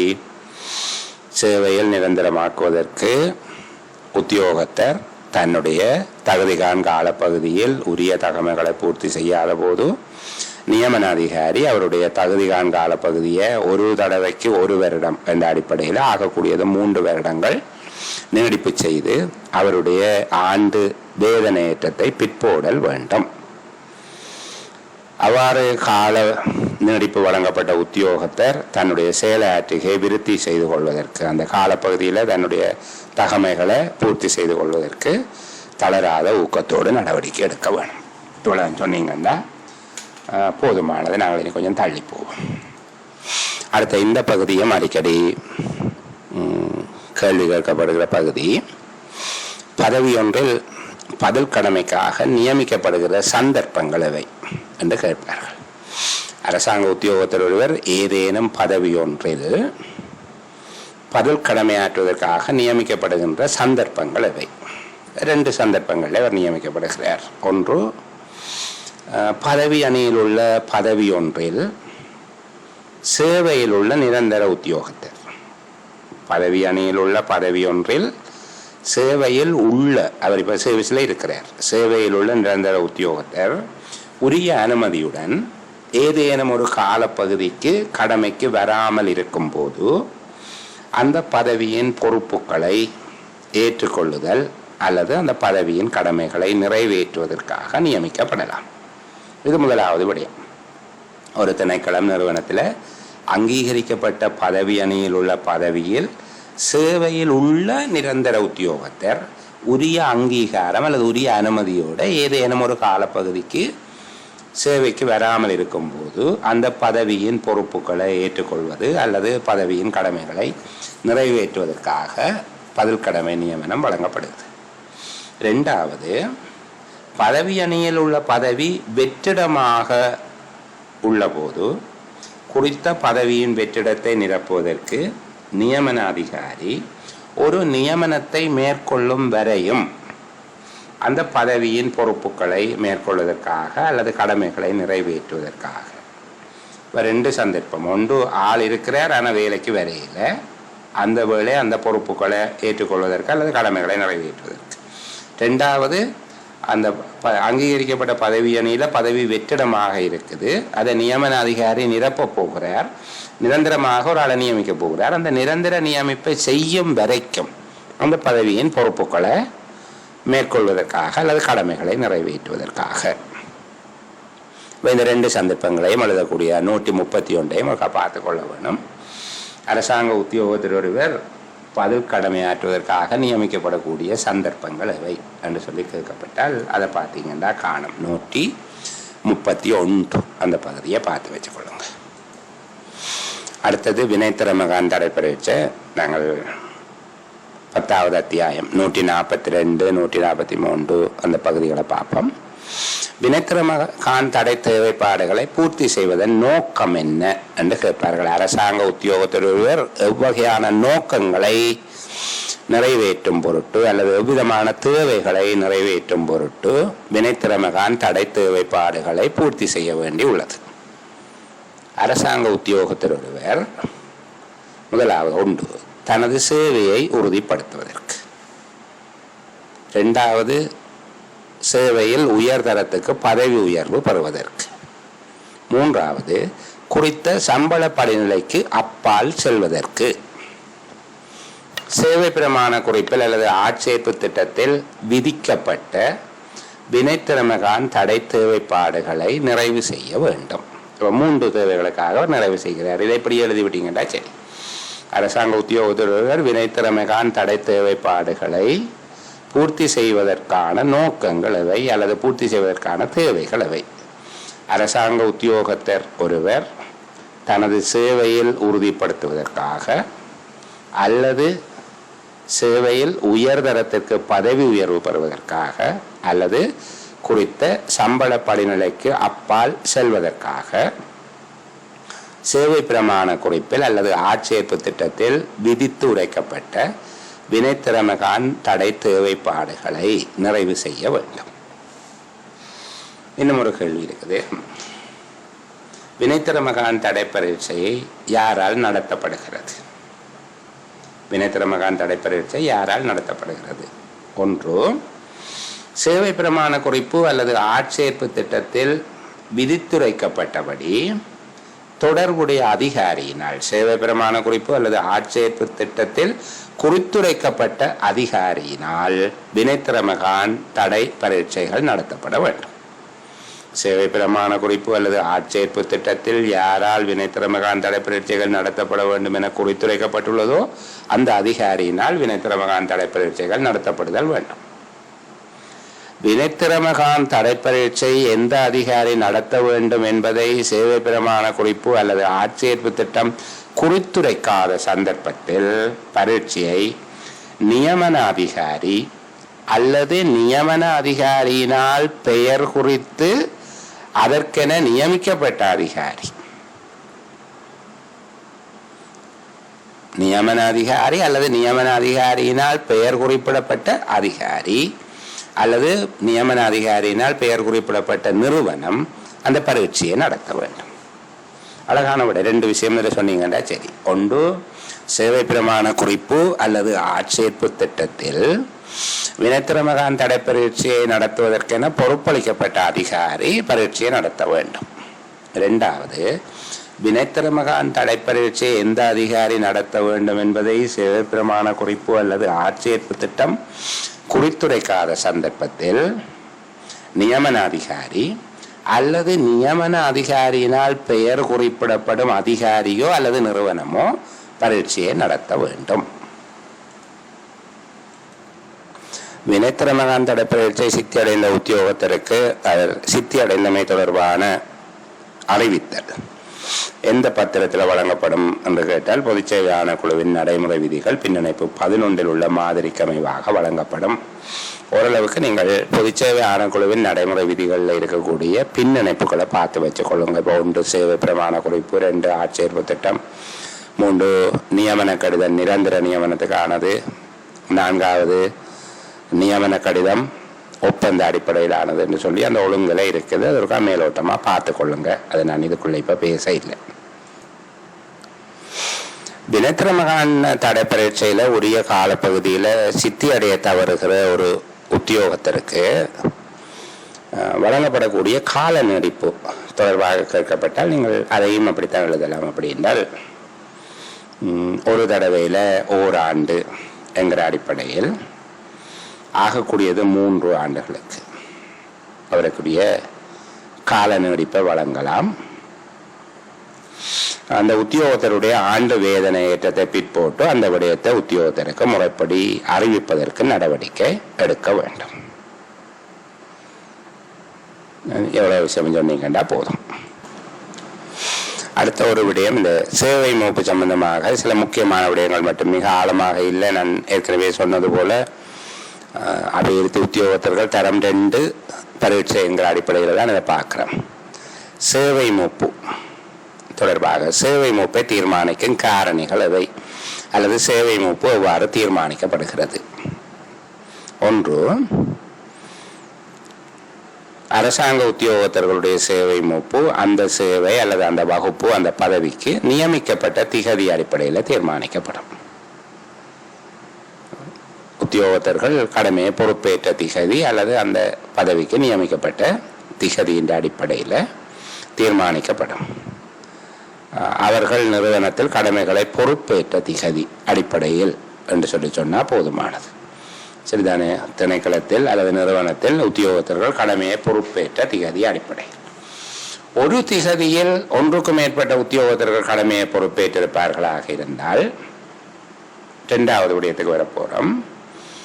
சேவை பிரமாண குறிப்பு அல்லது ஆட்சேர்ப்பு திட்டத்துக்கு அமைவாக நடத்தப்பட்ட பரீட்சையில் அவர்கள் பெற்ற மொத்த புள்ளிகளின் அடிப்படையில் சேவை மூப்பு தீர்மானிக்கப்படும். அப்ப முதலாவது உத்தியோகத்தர் பதவியேற்ற திகதி அடிப்படையில் சேவை மூப்பு தீர்மானிக்கப்படும். 2வது ஒரே திகதியில் பலர் பதவியேற்றிருப்பார்களாக இருந்தால் அவர்கள் பரீட்சையில் பெற்ற புள்ளிகளின் அடிப்படையில் சேவை மூப்பு தீர்மானிக்கப்படும். 3வது ஒரு உத்தியோகத்துடைய சேவை மூப்பு கீழே சொல்லப்படுகிற 3 காரணங்களினால மாற்றம் அடையலாம். உரிய திகதியில் வினைத்திறமகான் தடை பரீட்சையில் சித்தி எய்த தவறும் போது, உத்தியோகத்தருடைய தகுதிகான் காலம் நீடிக்கப்படும் போது, ஒழுக்காற்று தண்டனை ஒன்றாக அவருடைய சேவை மூப்பு குறைக்கப்படும் போது, 3 சந்தர்ப்பங்களில் சேவை மூப்பு மாற்றம் அடையலாம். உரிய திகதியில் வினைத்திறமகான் தடை பரீட்சை சித்தியடையாத போது, உத்தியோகத்தருடைய தகுதிகான் காலம் நீடிக்கப்படும் போது, ஒழுக்காற்று தண்டனையாக அவருடைய சேவை மூப்பு குறைக்கப்படும் போது. ஒரு உத்தியோகத்தர் முன்னர் வகித்த சேவைக்கு திருப்பி அனுப்பப்படும் போது அவருடைய சேவை மூப்பு தீர்மானிக்கப்படுவது 3 வகையில் இருக்கும். ஒழுக்காற்று காரணங்களுக்காக அவர் திருப்பி அனுப்பப்பட்டால் ஒழுக்காற்று கட்டளையில் சேவை மூப்பு தொடர்பாக சொல்லப்பட்டிருக்கும். அந்த அடிப்படையில் தீர்மானிக்கப்படும். ஒழுக்காற்று காரணங்களுக்காக உத்தியோகத்தர் முன்னைய பதவிக்கு திருப்பி அனுப்பப்பட்டால் ஒழுக்காற்று கட்டளையில் குறிப்பிட்டபடி சேவை மூப்பு தீர்மானிக்கப்படும். இரண்டாவது, பதவி ஒழிக்கப்பட்டதன் காரணமாக முன்னைய சேவைக்கு திருப்பி அனுப்பினார். அவர் முன்னைய பதவியில் தொடர்ந்து இருந்திருந்தால் என்ன சேவை மூப்பை கொண்டிருப்பாரோ அந்த சேவை மூப்பு அவருக்கு வழங்கப்படும். சொந்த வேண்டுகோளின் பேரில் அரசாங்க சேவைக்கு வெளியில் உள்ள பதவிக்கு விடுவிக்கப்பட்டு திருப்பி வந்தால் அந்த காலப்பகுதியின் அளவால் அவருடைய சேவை மூப்பு குறைவடையும். அரசாங்க தேவைக்காக, அரசாங்க தேவையின் பேரில் அரசாங்க சேவைக்கு வெளியில் உள்ள பதவிகளுக்கு விடுவிக்கப்பட்டால் அவருடைய சேவை மூப்பு பாதிக்கப்பட மாட்டாது. இவ்வளவும் போதும். இதுக்குள்ள 2 கேள்வி இருக்கு பிள்ளைகள். ஒரு உத்தியோகத்தரின் சேவை மூப்பு எவ்வாறான சந்தர்ப்பங்களில் மாற்றமடையும் என்று கேட்டால் இந்த 161வது ஆர்டிக்கல்ல இருக்கிறத ஒருக்கா படிச்சு கொள்ளுங்க. இது தனியாக கேட்கப்படுறதுக்கு வாய்ப்பு இருக்கு. ஒரு உத்தியோகத்தருடைய சேவை மூப்பு கீழ்வரும் சந்தர்ப்பங்களில் மாற்றமடையும். ஒன்று, உரிய திகதியில வினத்திரமகான் தடப்பரீட்சையில சித்தி எய்த தவறுதல். 2வது, தகுதிகான் காலப்பகுதி நீடிக்கப்படுதல். 3வது, ஒழுக்காற்று தண்டனையாக அவருடைய சேவை மூப்பு குறைக்கப்படுதல். இந்த 3ஐயும் எழுதக்கூடியதாக இருக்கும். முன்னர் வகித்த பதவிக்கு திருப்பி அனுப்பப்படும் போது ஒரு உத்தியோகத்தினுடைய சேவை மூப்பு எவ்வாறு தீர்மானிக்கப்படும் என்று கேட்கப்பட்டால் 162வது ஆர்டிக்கல் எளிமையா சொல்றேன். இதுவும் கொஞ்சம் பார்க்க வேணும். ஒழுக்காற்று காரணங்களுக்காக அனுப்பி வைக்கப்பட்டால் ஒழுக்காற்று கட்டளையினால் தீர்மானிக்கப்படும். பதவி ஒழிப்பு காரணமாக அல்லது பதவி மிகை காரணமாக திருப்பி அனுப்பப்பட்டால் அவருடைய சேவை மூப்பு பாதிப்படையாது. 3வது, ஒரு உத்தியோகத்தர் அவருடைய சொந்த வேண்டுகோளின் பேரில் அரசாங்க சேவைக்கு அவருடைய முன்னைய பதவிக்கு அனுப்பி வைக்கப்படுவாராக இருந்தால், முன்னர் வகித்த பதவிக்கு திருப்பி அனுப்பி வைக்கப்படுவாராக இருந்தால் அது புதிய நியமனமாக கருதி அவருடைய சேவை மூப்பு தீர்மானிக்கப்பட வேண்டும். 4வது, அரசாங்க சேவைக்கு வெளியில உள்ள பதவிக்கு ஒரு உத்தியோகத்தர் விடுவிக்கப்பட்டால், அவருடைய சொந்த வேண்டுகோளின் பேரில் விடுவிக்கப்பட்டால் அந்த காலப்பகுதி சேவை மூப்பினை பாதிக்கும். அரசாங்கத்தின் தேவைக்காக விடுவிக்கப்பட்டால் அவருடைய சேவை மூப்பு பாதிப்படையாது. இவ்வளவும் பார்த்தால் போதும். இவ்வளவு சுருக்கமா பார்த்த வந்தா சரி. இந்த பகுதி ஏற்கனவே பார்த்த காணொளிகளில் சிறப்பாக இருக்குது. இருந்தாலும் சொல்லுகிறேன். அரசாங்க சேவையில் இருக்கிற உத்தியோகத்தர் ஒருவர் விடுவிக்கப்படுதல், அது 2 விதமாக பார்க்கலாம். அரசாங்க சேவையில் உள்ள உத்தியோகத்தர் இன்னும் ஒரு அரசாங்க சேவைக்கு விடுவிக்கப்படுதல். 2வது, அரசாங்க சேவையில் உள்ள ஒரு உத்தியோகத்தர் அரசாங்க சேவைக்கு வெளியில் உள்ள பதவிக்கு விடுவிக்கப்படுதல். இதில் கேட்கக்கூடிய கேள்வி 167வது ஆர்டிக்கல் பார்த்துக்கொள்ளுங்க. அரசாங்க சேவையில் உள்ள உத்தியோகத்தர் ஒருவர் அரசாங்க சேவையில் உள்ள இன்னொரு பதவிக்கு விடுவிப்பு கோரும் போது மறுக்கப்படக்கூடிய சந்தர்ப்பங்கள். இந்த 3ஐயும் பார்த்துக்கொள்ளுங்க. உத்தியோகத்தர் தற்போதைய பதவியில் சேவையாற்றுவதற்கான முறை ஒன்று இருந்தால், 2வது, முறை இல்லாத போதும் அவர் தற்போது வகிக்கும் பதவியில் கடமையாற்றுவதற்கென விசேடமாக பயிற்றுவிக்கப்பட்டிருந்தால், 3வது, அரசாங்கத்துக்கு கீழ் இன்னொரு பதவிக்கு அவர் விடுவிக்கப்படும் போது இப்போது பணியாற்றும் திணைக்களத்தின் வேலைகள் வெகுவாக பாதிக்கப்படும் சாத்தியம் இருக்கும் போது விடுவிப்பை மறுக்கலாம். ஏனைய சந்தர்ப்பங்களில் மறக்கக்கூடாது. அரசாங்க சேவைக்கு வெளியில் உள்ள பதவிக்கு விடுவித்தல்.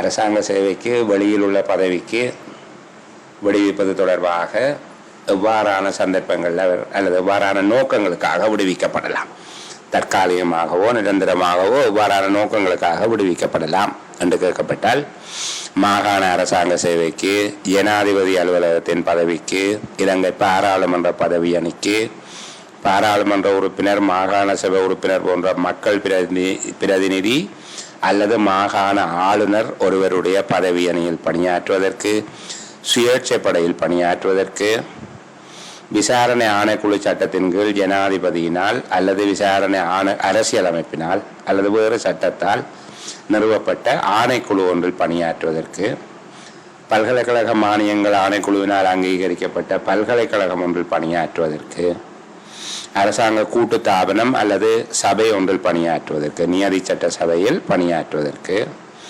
அரசாங்க கருத்திட்டம் ஒன்றில் பணியாற்றுவதற்கு, அரசாங்கத்துக்கு சொந்தமான கம்பெனி ஒன்றில் பணியாற்றுவதற்கு, அரசாங்கத்தினால் 50% கூடிய உரிமை கொண்ட கம்பெனி ஒன்றில் பணியாற்றுவதற்கு, சர்வதேச முகவராண்மைகள் அல்லது அரசுகளுக்கு இடையிலான முகவராண்மைகள், ஐக்கிய நாடுகள் சபை, உலக வங்கி, சர்வதேச நாணய நிதியம் போன்ற அரசுகளுக்கு இடையிலான முகவராண்மையில் பணியாற்றுவதற்கு. இப்போ இவ்வாறான தேவைகளுக்காக விடுவிக்கப்படலாம். இதற்காக பார்த்து வைக்க வேணும்.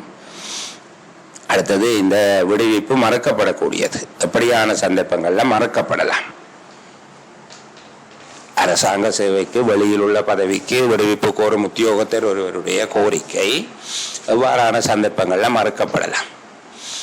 அவர் திணைக்களத்தில் அல்லது பதவியில் சேவையாற்றுவதற்கு முறியொன்றிருக்கும் போது, அல்லது பதவியில் கடமையாற்றுவதற்கு விசேடமாக பயிற்சி அளிக்கப்பட்டிருந்தால், அவர் விடுவிக்கப்பட்டால் திணைக்களத்தின் வேலைகள் வெகுவாக பாதிக்கப்படும் சாத்தியம் இருக்கும்போது, பதவியிலோ சேவையிலோ உறுதிப்படுத்தாமல் இருந்தால்,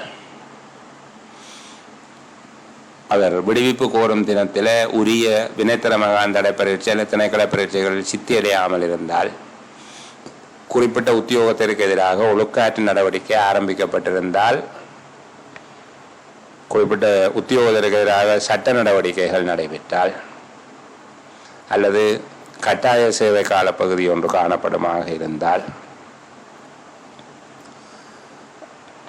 உத்தியோகத்தர் அரசாங்கத்திடமிருந்து பெற்ற கடனை தீர்க்காமல் அல்லது தீர்ப்பதற்குரிய ஒழுங்குகள் செய்யாமல் இருந்தால்,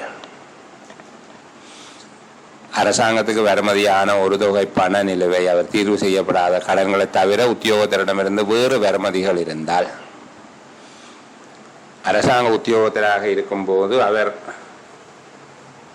பொறுப்பாக நின்ற பிணை பொறுப்புகளுக்கு வேறு ஒருவரை ஏற்பாடு செய்யாமல் இருந்தால், அல்லது அரசாங்க உத்தியோகத்தர் சேவையாற்றும் திணைக்களத்துக்குரிய அமைச்சின் செயலாளரின் விடுவிப்புக்கான சம்மதம் கிடைக்காவிட்டால் மறக்கப்படலாம். இந்த மறக்கப்படக்கூடிய சந்தர்ப்பம் 14 இருக்குது. நீங்கள் ஒரு 10 பார்த்து கொண்டீங்கன்னா நல்ல.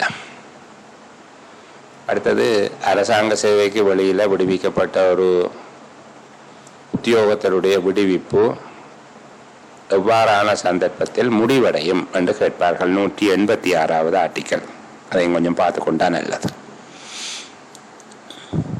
அரசாங்க சேவைக்கு வெளியில் உள்ள பதவி ஒன்றுக்கு தற்காலிகமாக விடுவிக்கப்பட்ட அரசாங்க உத்தியோகத்தருடைய விடுவிப்பு கீழ்வரும் 3 சந்தர்ப்பங்களில் முடிவடையும் அல்லது முடிவுக்கு வரும். 1, விடுவிக்கப்பட்ட காலம் முடிவடைந்தால். 2வது, அவர் விடுவிக்கப்பட்ட நிறுவனத்துக்கு அவருடைய சேவை மேலும் அவசியமற்றது என தொடர்புடைய நிறுவனத்தின் தலைவர் அறிவிக்கும் போது.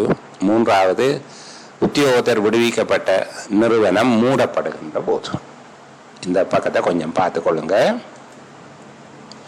அடுத்தது பிள்ளைகள், 192வது உறுப்புரை அரசாங்க சேவையில் மீள சேவைக்கு அமர்த்தப்படுவது தொடர்பாக. அதாவது, அரசாங்க சேவையில் இருந்து ஓய்வு பெற்றவர்கள் அரசாங்க சேவையில் மீள வேலைக்கு அமர்த்தப்படுவது தொடர்பில், அரசாங்க சேவையில் மீள சேவைக்கு அமர்த்தப்படுவதற்கு தகுதியற்றவர்கள் யார்? நாங்கள் 5வது அத்தியாயத்தில் பார்த்துனாங்களோ அது அரசாங்க சேவைக்கு அமர்த்தப்படுவதற்கு தகுதியற்றவர்கள். இங்கே மீள சேவைக்கு அமர்த்தப்படுவதற்கு தகுதியற்றவர்கள். இந்த 2 கேள்வியும் வாரது அவதானமாக இருக்க வேணும். எதை கேட்குறாங்கன்னு பார்த்துக்கொள்ள வேணும். 5வது அத்தியாயத்தில் இருக்கக்கூடியது அப்படியே இது இன்றி ஒரு விடையாக வரும். சரிதானே? அப்போ அரசாங்க சேவையில் மீள சேவைக்கு அமர்த்தப்படுவதற்கு தகுதியற்றவர்கள், அரசாங்க கொள்கை தீர்மானம் ஒன்றின் பேரில் இளைப்பாறியவர்கள். கொள்கை தீர்மானம் என்றால் சில நட்ட ஈடுகள் கொடுத்து அவர்கள் பென்ஷனில் போகிறோம் என்று போகிறார்கள், அப்படி இருக்குது. அந்த வகையானார்கள். அரசாங்க கொள்கை தீர்மானம் ஒன்றின் பேரில் இளைப்பாறுவதற்கான சம்மதத்தோடு இளைப்பாறியவர்கள். அடுத்தது, ஓய்வு பெறுவதற்கு ஓய்வு பெற்ற திகதிக்கு நேர் முன்னுள்ள 3 வருடங்களுக்குள் ஒழுக்காற்று விசாரணை தாவன விதி கோவையில் இருக்கிற 1வது அட்டவணையின் கீழான குற்றம் ஒன்றுக்கு தண்டனை பெற்றவர். ஓய்வு பெறுகிறதுக்கு பெற்ற திகதிக்கு முன்னுள்ள 3 வருடங்களுக்குள்ள தாவன விதி கோவை 2வது தொகுதியின் 1ஆம் அட்டவணையின் கீழே காட்டப்பட்ட குற்றம் ஒன்றுக்கு தண்டனை பெற்றவர்கள். அடுத்தது ஓய்வூதிய பிரமாண குறிப்பின் 12ஆம் பிரிவின் கீழ் ஓய்வு பெற செய்யப்பட்டவர்கள். 5வது அத்தியாயத்தில் காட்டப்பட்ட அரசாங்க சேவைக்கு நியமனம் பெறுவதற்கு தகுதியற்றவர்கள். அந்த தகுதியினம் இருந்தால் அவர்கள் மீளவும் சேவைக்கு அமர்த்தப்பட முடியாது. இந்த பகுதியை பார்க்க வேண்டும். மற்றது 195 உறுப்புரை இதுவும் அடிக்கடி கேட்கிறது. மருத்துவ காரணங்களின் பேரில் ஓய்வு பெற்ற ஒருவரை மீள சேவையில் அமர்த்துவதற்கான சந்தர்ப்பம். சரிதானே? அரசாங்க மருத்துவ காரணங்களின் பேரில் அரசாங்க சேவையில் இருந்து ஓய்வு பெற்ற ஒருவரை மீள சேவைக்கு அமர்த்துவதற்கான நிபந்தனைகள் எவை என்று கேட்கப்பட்டால் 192ஆம் பிரிவின் 2 அல்லது 4 கீழ் தகமையற்றவர் ஆகாமை. 2 அல்லது 4 என்றால் ஓய்வு பெறுவதற்கு ஓய்வு பெற்ற திகதியில் முன் 3 வருடங்களுக்குள் 1ஆம் அட்டவணையின் கீழ் தண்டனை பெற்றவராக இருக்கக்கூடாது. அதுபோல் 5ஆம் அத்தியாயத்தில் காட்டப்பட்ட பகுதியினராக இருக்கக்கூடாது. நீங்கள் இதில் இருக்கிற மாதிரியே எழுதலாம். 192 2 அல்லது 4 பிரிவின் கீழ் தகமையற்றவர் ஆகாமை எழுதலாம். அல்லது ஓய்வு பெறுவதற்கு முன்னுள்ள 3 வருடங்களுக்குள்ள 1ஆம் அட்டவணையில் உள்ள குற்றங்களுக்கு தண்டனை பெறாதவராக, அல்லது 5ஆம் அத்தியாயத்தில் காட்டப்பட்ட தகமையற்றவராக இல்லாமல் இருக்க வேண்டும். அடுத்தது குறித்த பதவியின் கடமைகளை திருப்திகரமாக செய்வதற்கு உடல் உள ரீதியாக தகுதியாக இருக்கிறார் என முறையாக அமைக்கப்பட்ட மருத்துவ சபை சான்றுபடுத்த வேணும். மீள நியமிக்கும் போது ஓய்வு பெறுவதற்கான விருப்ப வயதை அடைந்திருக்க கூடாது. 55 வயது வந்திருக்க கூடாது. ஓய்வு பெற்ற திகதியிலிருந்து ஆக குறைந்தது 1 வருடமாவது சென்றிருக்க வேணும். 4ல் ஒரு 3 எழுதக்கூடியதாக இருந்தால் கூட உங்களுக்கு போதும். ஓய்வு பெற்ற திகதியிலேருந்து 1 வருஷம் முடிஞ்சிருக்கணும். திரும்ப நியமிக்கும் போது 55 வயதை கடக்காமல் இருக்கணும். 55 வயது எழுதாதீங்க. நீங்கள் ஓய்வு பெறுவதற்கான விருப்ப வயது என்று எழுதுங்க. அடுத்தது குறித்த பதவியின் கடமைகளை செய்வதற்கான திருப்திகரமான உடல் உளநிலை உடையவர் என மருத்துவ சபையினால சான்றளிக்கப்பட்டிருக்க வேண்டும். 192ஆம் பிரிவின் 2ஆம் 4ஆம் பிரிவுகளால் தகமையற்றவராக இருக்கக்கூடாது. இவ்வாறு மீள சேவைக்கு அமர்த்தும் போது அவருடைய ஓய்வூதியம் வழங்கப்படாமல் உரிய வைக்கப்பட வேண்டும். ஃப்ரீஸ் பண்ணி வைக்கணும். பென்ஷனையும் கொடுத்து சம்பளத்தையும் கொடுக்கக்கூடாது என்று சொல்றாங்க. அந்த பகுதியையும் பார்க்கலாம். அரசாங்க உத்தியோகத்தர் ஒருவர் பதவியில் இருந்து ராஜினாமா செய்வதற்கான நடைமுறையை சுருக்கமாக விளக்கப்படுத்தி சொல்லணும் கேட்பார்கள். இப்போ அரசாங்க சேவையில் இருக்கிற நிரந்தர உத்தியோகத்தர், மாத சம்பளம் பெறுகிற நிரந்தர உத்தியோகத்தர் ஒருவர் 56ஆம் பிரிவின்படி பதவி விலகும் கடிதம் ஒன்றை கொடுக்கலாம். அதாவது 1 மாத முன்னறிவிப்புடன் அல்லது நியமன அதிகாரி சம்மதித்தால் இறுதியாக பெற்ற மாத சம்பளத்தை மீள செலுத்துவதன் மூலமாக பதவி விலகலாம். அவருடைய பதவி விலகல் கடிதத்தை பெற்றுக்கொண்டவுடன் அது தொடர்பாக பரிசீலனை செய்யப்பட வேண்டும். அவர் பதவி விலகுவதற்கு தடை ஏதும் இல்லை என்றால் அந்த உத்தியோகத்திற்கு பதவி விலகல் ஏற்றுக்கொள்ளப்பட்டால் அவர் மீள அரசு சேவைக்கு நியமனம் பெற முடியாது எனவும் அவருடைய ஓய்வூதியம், பணிக்கொடை போன்ற உரிமைகள் கிட்டாமல் போகும் எனவும் அவருக்கு 7 நாட்களுக்குள் அறிவிக்க வேண்டும். அவருக்கு அறிவிக்கப்பட்டது என்பதை எழுத்து மூலம் கடிதம் ஒன்றாக அவரிடமிருந்து பெற்றுக்கொள்ள வேண்டும். பதவி விலகல் ஏற்றுக்கொள்ளப்பட்டால் திரும்ப அது நீக்கிக் கொள்ளப்பட மாட்டாது என்பதையும் அவருக்கு அந்த கடிதத்தில் சொல்ல வேணும்.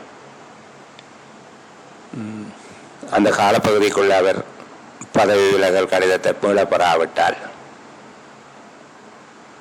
திணைக்கள தலைவர் நியமன அதிகாரிக்கு எழுத்து மூலமாக தன்னுடைய அறிக்கையோடு அதை அனுப்பி வைக்க வேண்டும்.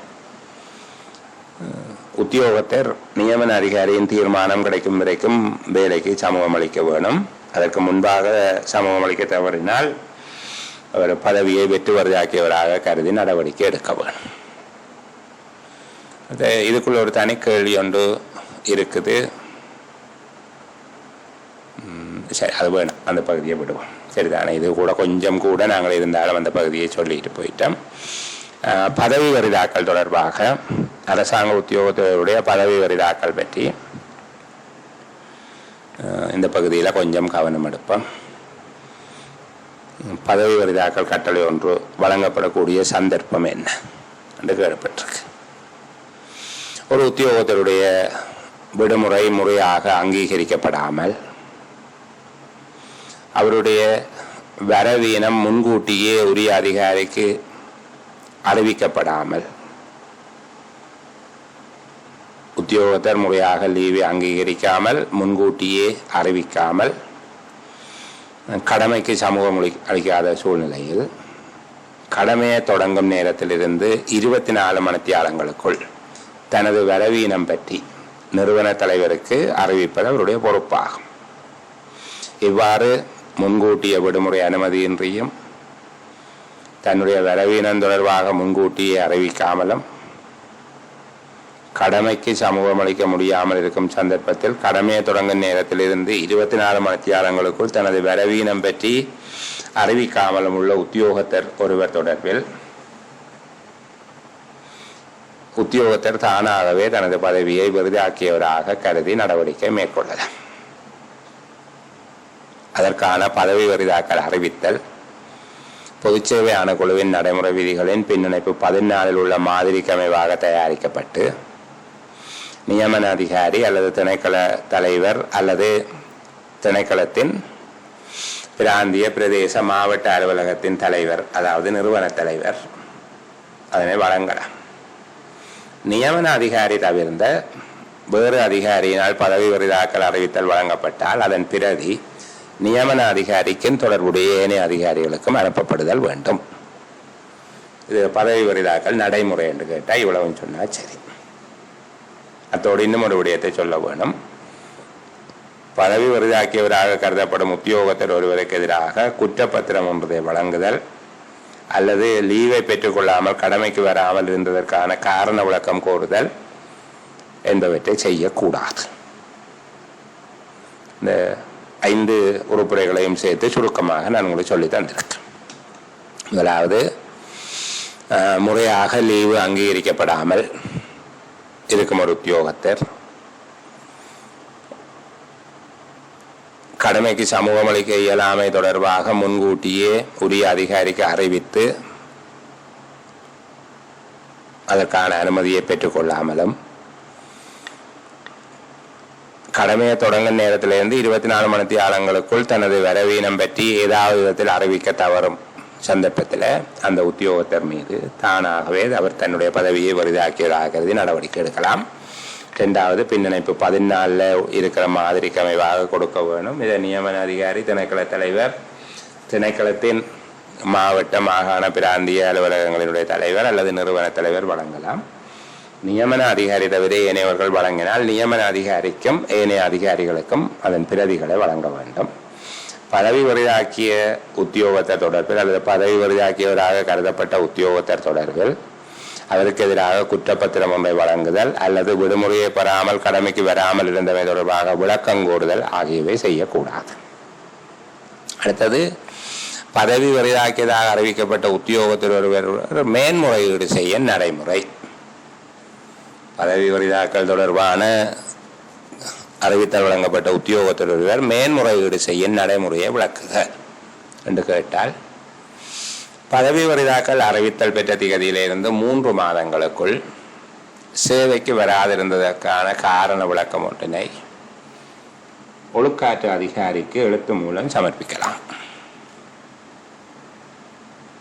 அவ்வாறு செய்யப்படுகிற மேன்முறையீட்டில் குறிப்பிடப்பட்ட விடயங்கள் தொடர்பில் ஆராய்ந்து கடமைக்கு சமூகம் அளிக்காது இருந்தமை ஏற்றுக்கொள்ளக்கூடிய காரணங்களால் நிகழ்ந்தது என ஒழுக்காற்று அதிகாரி கருதும் போது பொருத்தமான ஒழுக்காற்று தண்டனைகளுடன் அல்லது பொருத்தமான நிபந்தனைகளுடன், பொருத்தமான ஒழுக்காற்று தண்டனைகள் மற்றும் பொருத்தமான நிபந்தனைகளுடன் அல்லது தண்டனைகளோ நிபந்தனைகளோ இல்லாமல் உத்தியோகத்தரை மீள சேவைக்கு அமர்த்தலாம். எனினும் அவர் சேவைக்கு வராதிருந்த காலம் சம்பளமற்ற விடுமுறையாக கருதப்படுவதோடு அது பதவி உயர்வு, ஓய்வூதிய கணிப்பீடு, வேதனை ஏற்றம், வேறு விதமான நலன்கள் வழங்குவதற்கு கணிப்பீட்டுக்கு உட்படுகிற ஒரு காலமாக இருக்கக்கூடாது. மேன்முறையீட்டில் உள்ள காரணங்கள் அடிப்படையில் பொருத்தமற்ற சமூகம் அளிக்க தவறியமைக்கு நியாயமான காரணம் இல்லை என ஒழுக்காற்று அதிகாரி கருதினால் மீண்டும் சேவைக்கு அமர்த்துவதை மறுக்கலாம். சரிதானே?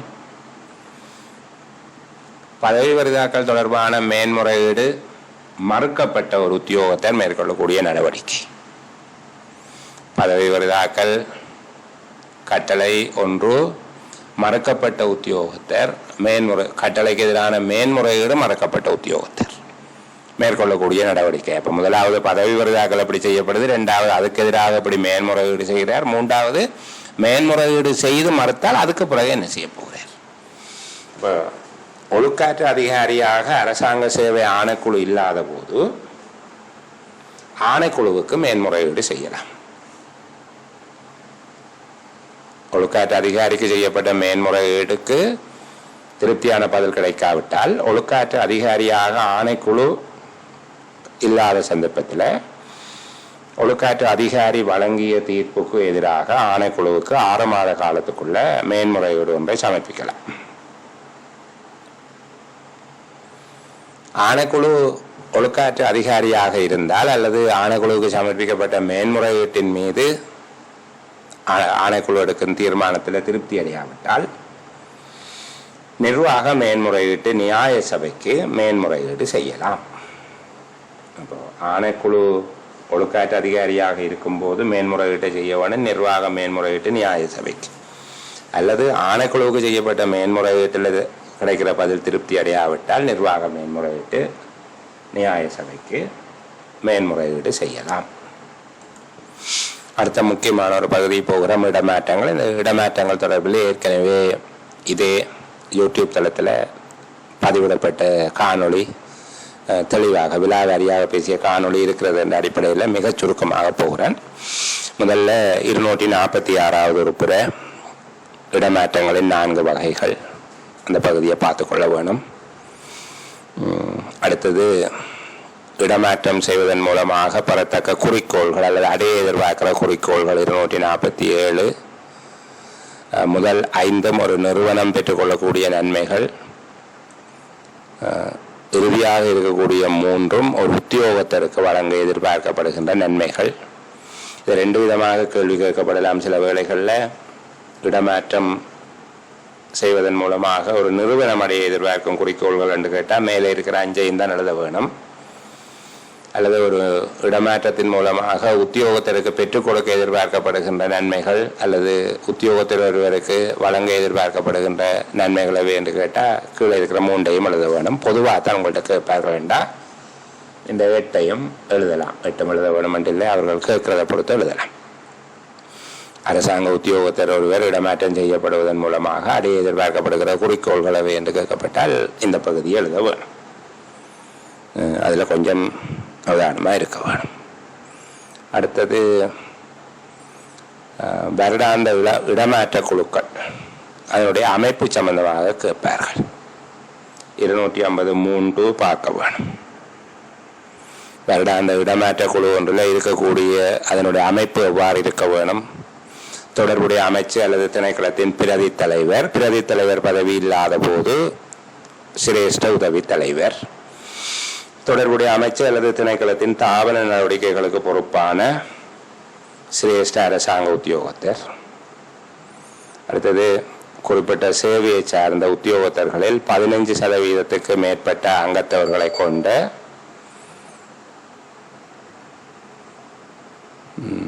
தொழிற்சங்கத்தின் பிரதிநிதிகள் அல்லது முழு நேர தொழிற்சங்க நடவடிக்கைக்காக உத்தியோகத்தர் விடுவிக்கப்பட்டுள்ள தொழிற்சங்கத்தின் பிரதிநிதி. இந்த 3வது உறுப்பினருக்கு பார்த்துக்கொள்ளுங்க. திருப்பி 253 அதில் இருக்கிற மாதிரியே ஞாபகத்தில் வச்சிருக்க வேண்டும். அடுத்தது என்னுடைய 5வது பிரிவு வருடாந்த இடமாற்ற சபையின் விடிய பரப்பு எல்லைக்கு உட்படாத இடமாற்றங்கள். வருடாந்த இடமாற்ற சபையின் விடய பரப்பில்லைக்கு உட்படாத விடயங்களவை என்று கேட்பார்கள். அரசாங்க நிறுவனம் ஒன்றில் நிலைய மாற்றத்தை சம்பந்தப்படுத்தாத உள்ளக இணைப்பு, ஒழுக்காற்று கட்டளை அல்லது ஒழுக்காற்று தேவைகளுக்காக செய்யப்படுகிற இடமாற்றங்கள், சேவையின் தேவைப்பாடுகளின் பேரில் செய்யப்படும் இடமாற்றங்கள், அரசாங்க உத்தியோகத்தர்களின் வேண்டுகோளின் மீது செய்யப்படுகின்ற வருடாந்த இடமாற்றம் அல்லாத இடமாற்றங்கள் இதுக்குள்ள வராது என்று சொல்லி நீங்கள் அதையும் சொல்ல வேணும்.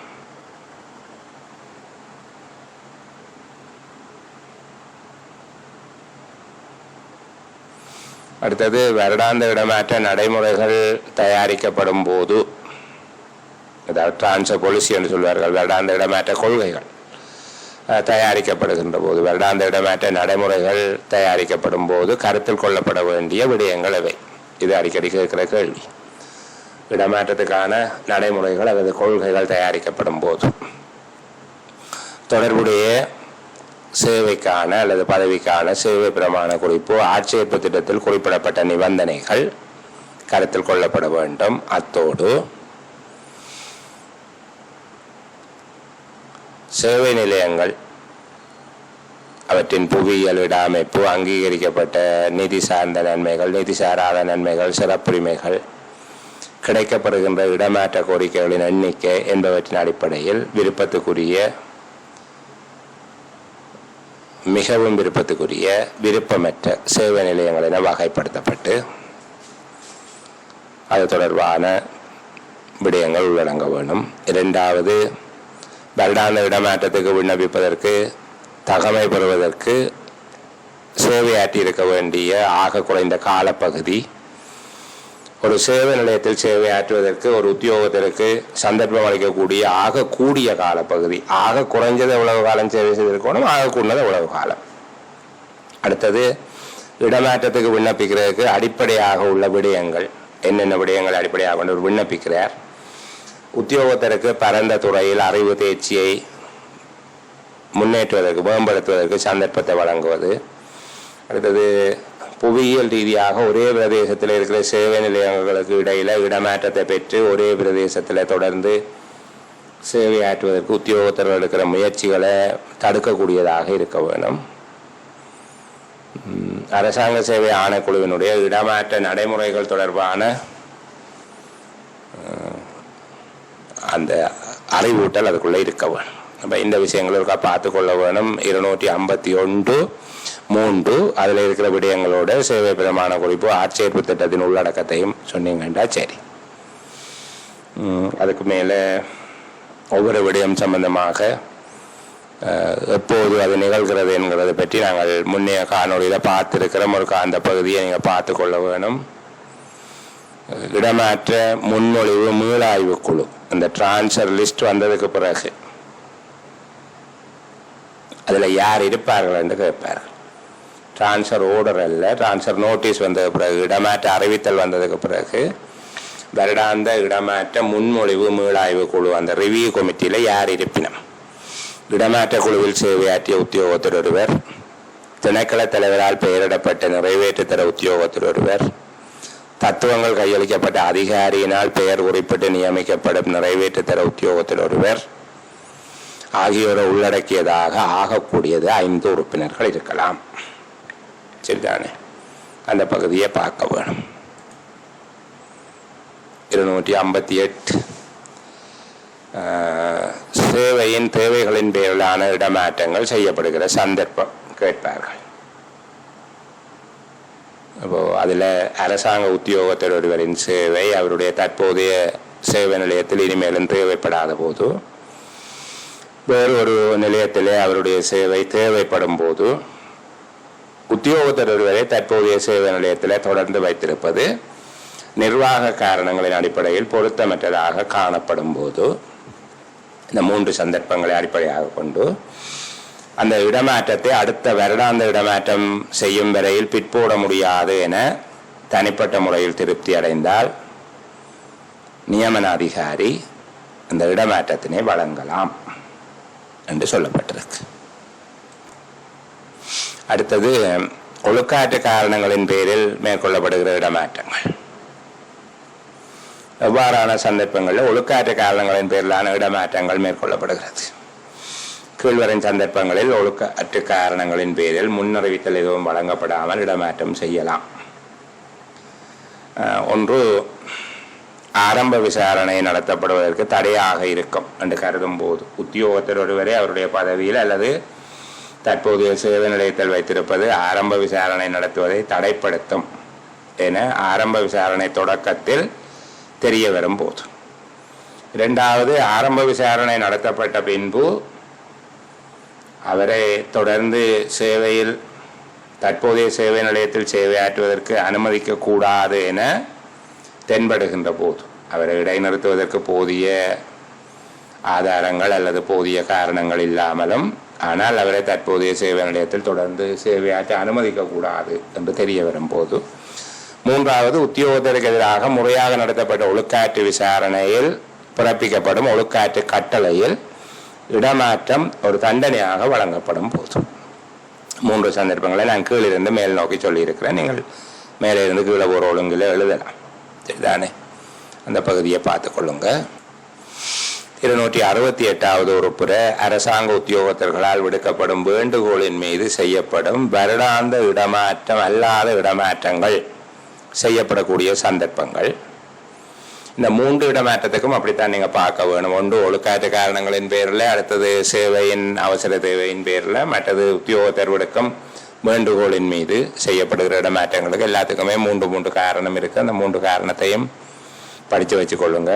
இது மருத்துவ காரணங்களின் அடிப்படையில். அடுத்தது எதிர்பாராத நிகழ்வுகள் தொடர்பில் அவர் எதிர்நோக்க நேரிட்ட தனிப்பட்ட பிரச்சனைகள், சேவை பிரமாண குறிப்பு ஆட்சேர்ப்பு திட்டங்களில் சொல்லப்பட்ட தேவைப்பாடுகளை பூர்த்தி செய்வதற்காக உத்தியோகத்தர் விடுக்கின்ற வேண்டுகோள் ஆகிய 3 காரணங்களில் செய்யலாம்.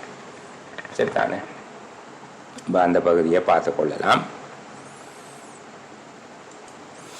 தொழிற்சங்க உத்தியோகத்தர்களின் இடமாற்றம் தொடர்பாக ஏற்பாடு செய்யப்பட்டுள்ள விசேட நடைமுறைகளவை என்றொரு பெரிய கேள்வி கேட்கலாம். சரிதானே? தொழிற்சங்க உத்தியோகத்தர்களின் இடமாற்றம் தொடர்பாக ஏற்பாடு செய்யப்பட்டுள்ள விசேட நடைமுறைகளவை அல்லது விசேட ஏற்பாடுகளவை என்று கேட்கப்பட்டால்,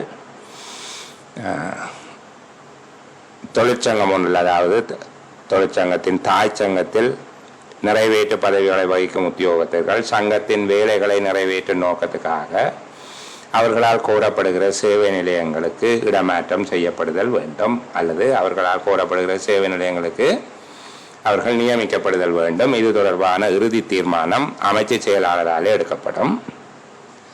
சங்கத்தின் எந்த பதவிகளுக்கு இந்த அனுசரணை வழங்கப்பட வேண்டும், எந்த சங்கத்துக்கு வழங்கப்பட வேண்டும், எந்த சேவை நிலையங்களுக்கு இணைப்பு செய்யப்பட வேண்டும் என்பது உரிய அதிகாரியோடு தொடர்புடைய சங்கம் கலந்துரையாடி தீர்மானிக்கப்படும். இங்கு உரிய அதிகாரி என்பது இணைந்த சேவைகளை சேர்ந்த உத்தியோகத்தர்கள் அல்லது ஒரு திணைக்களத்துக்கு மட்டுப்படுத்தப்படாத சங்கத்தை சேர்ந்த உறுப்பினர்கள் எனில் பொது நிர்வாக விடயத்துக்கு பொறுப்பான அமைச்சு செயலாளராக இருப்பார். ஒரு திணைக்களத்தில் உள்ள உறுப்பினர்களுக்கு மாத்திரம் உறுப்புரிமை மட்டுப்படுத்தப்பட்ட சங்கமாக இருந்தால் அந்த திணைக்களத்தின் தலைவராக இருப்பார். அப்போ திணைக்களத்தின் தலைவர் அல்லது பொது நிர்வாக விடயத்துக்கு தொடர்பான அமைச்சின் செயலாளர் சங்கத்தோடு கலந்துரையாடி சங்கத்தின் எந்த பதவிகளுக்கு, எந்த சங்கத்துக்கு, எந்த சேவை நிலையங்கள் என்பது தொடர்பாக தீர்மானிப்பார். இவ்வாறு இடமாற்ற சலுகை வழங்கப்பட்ட உத்தியோகத்தர் சங்கத்தின் பதவியில் இருந்து விலகும் போது அல்லது பதவி உயர்வு வரும்போது அவருக்கான இடமாற்ற சலுகை ரத்தாகும்.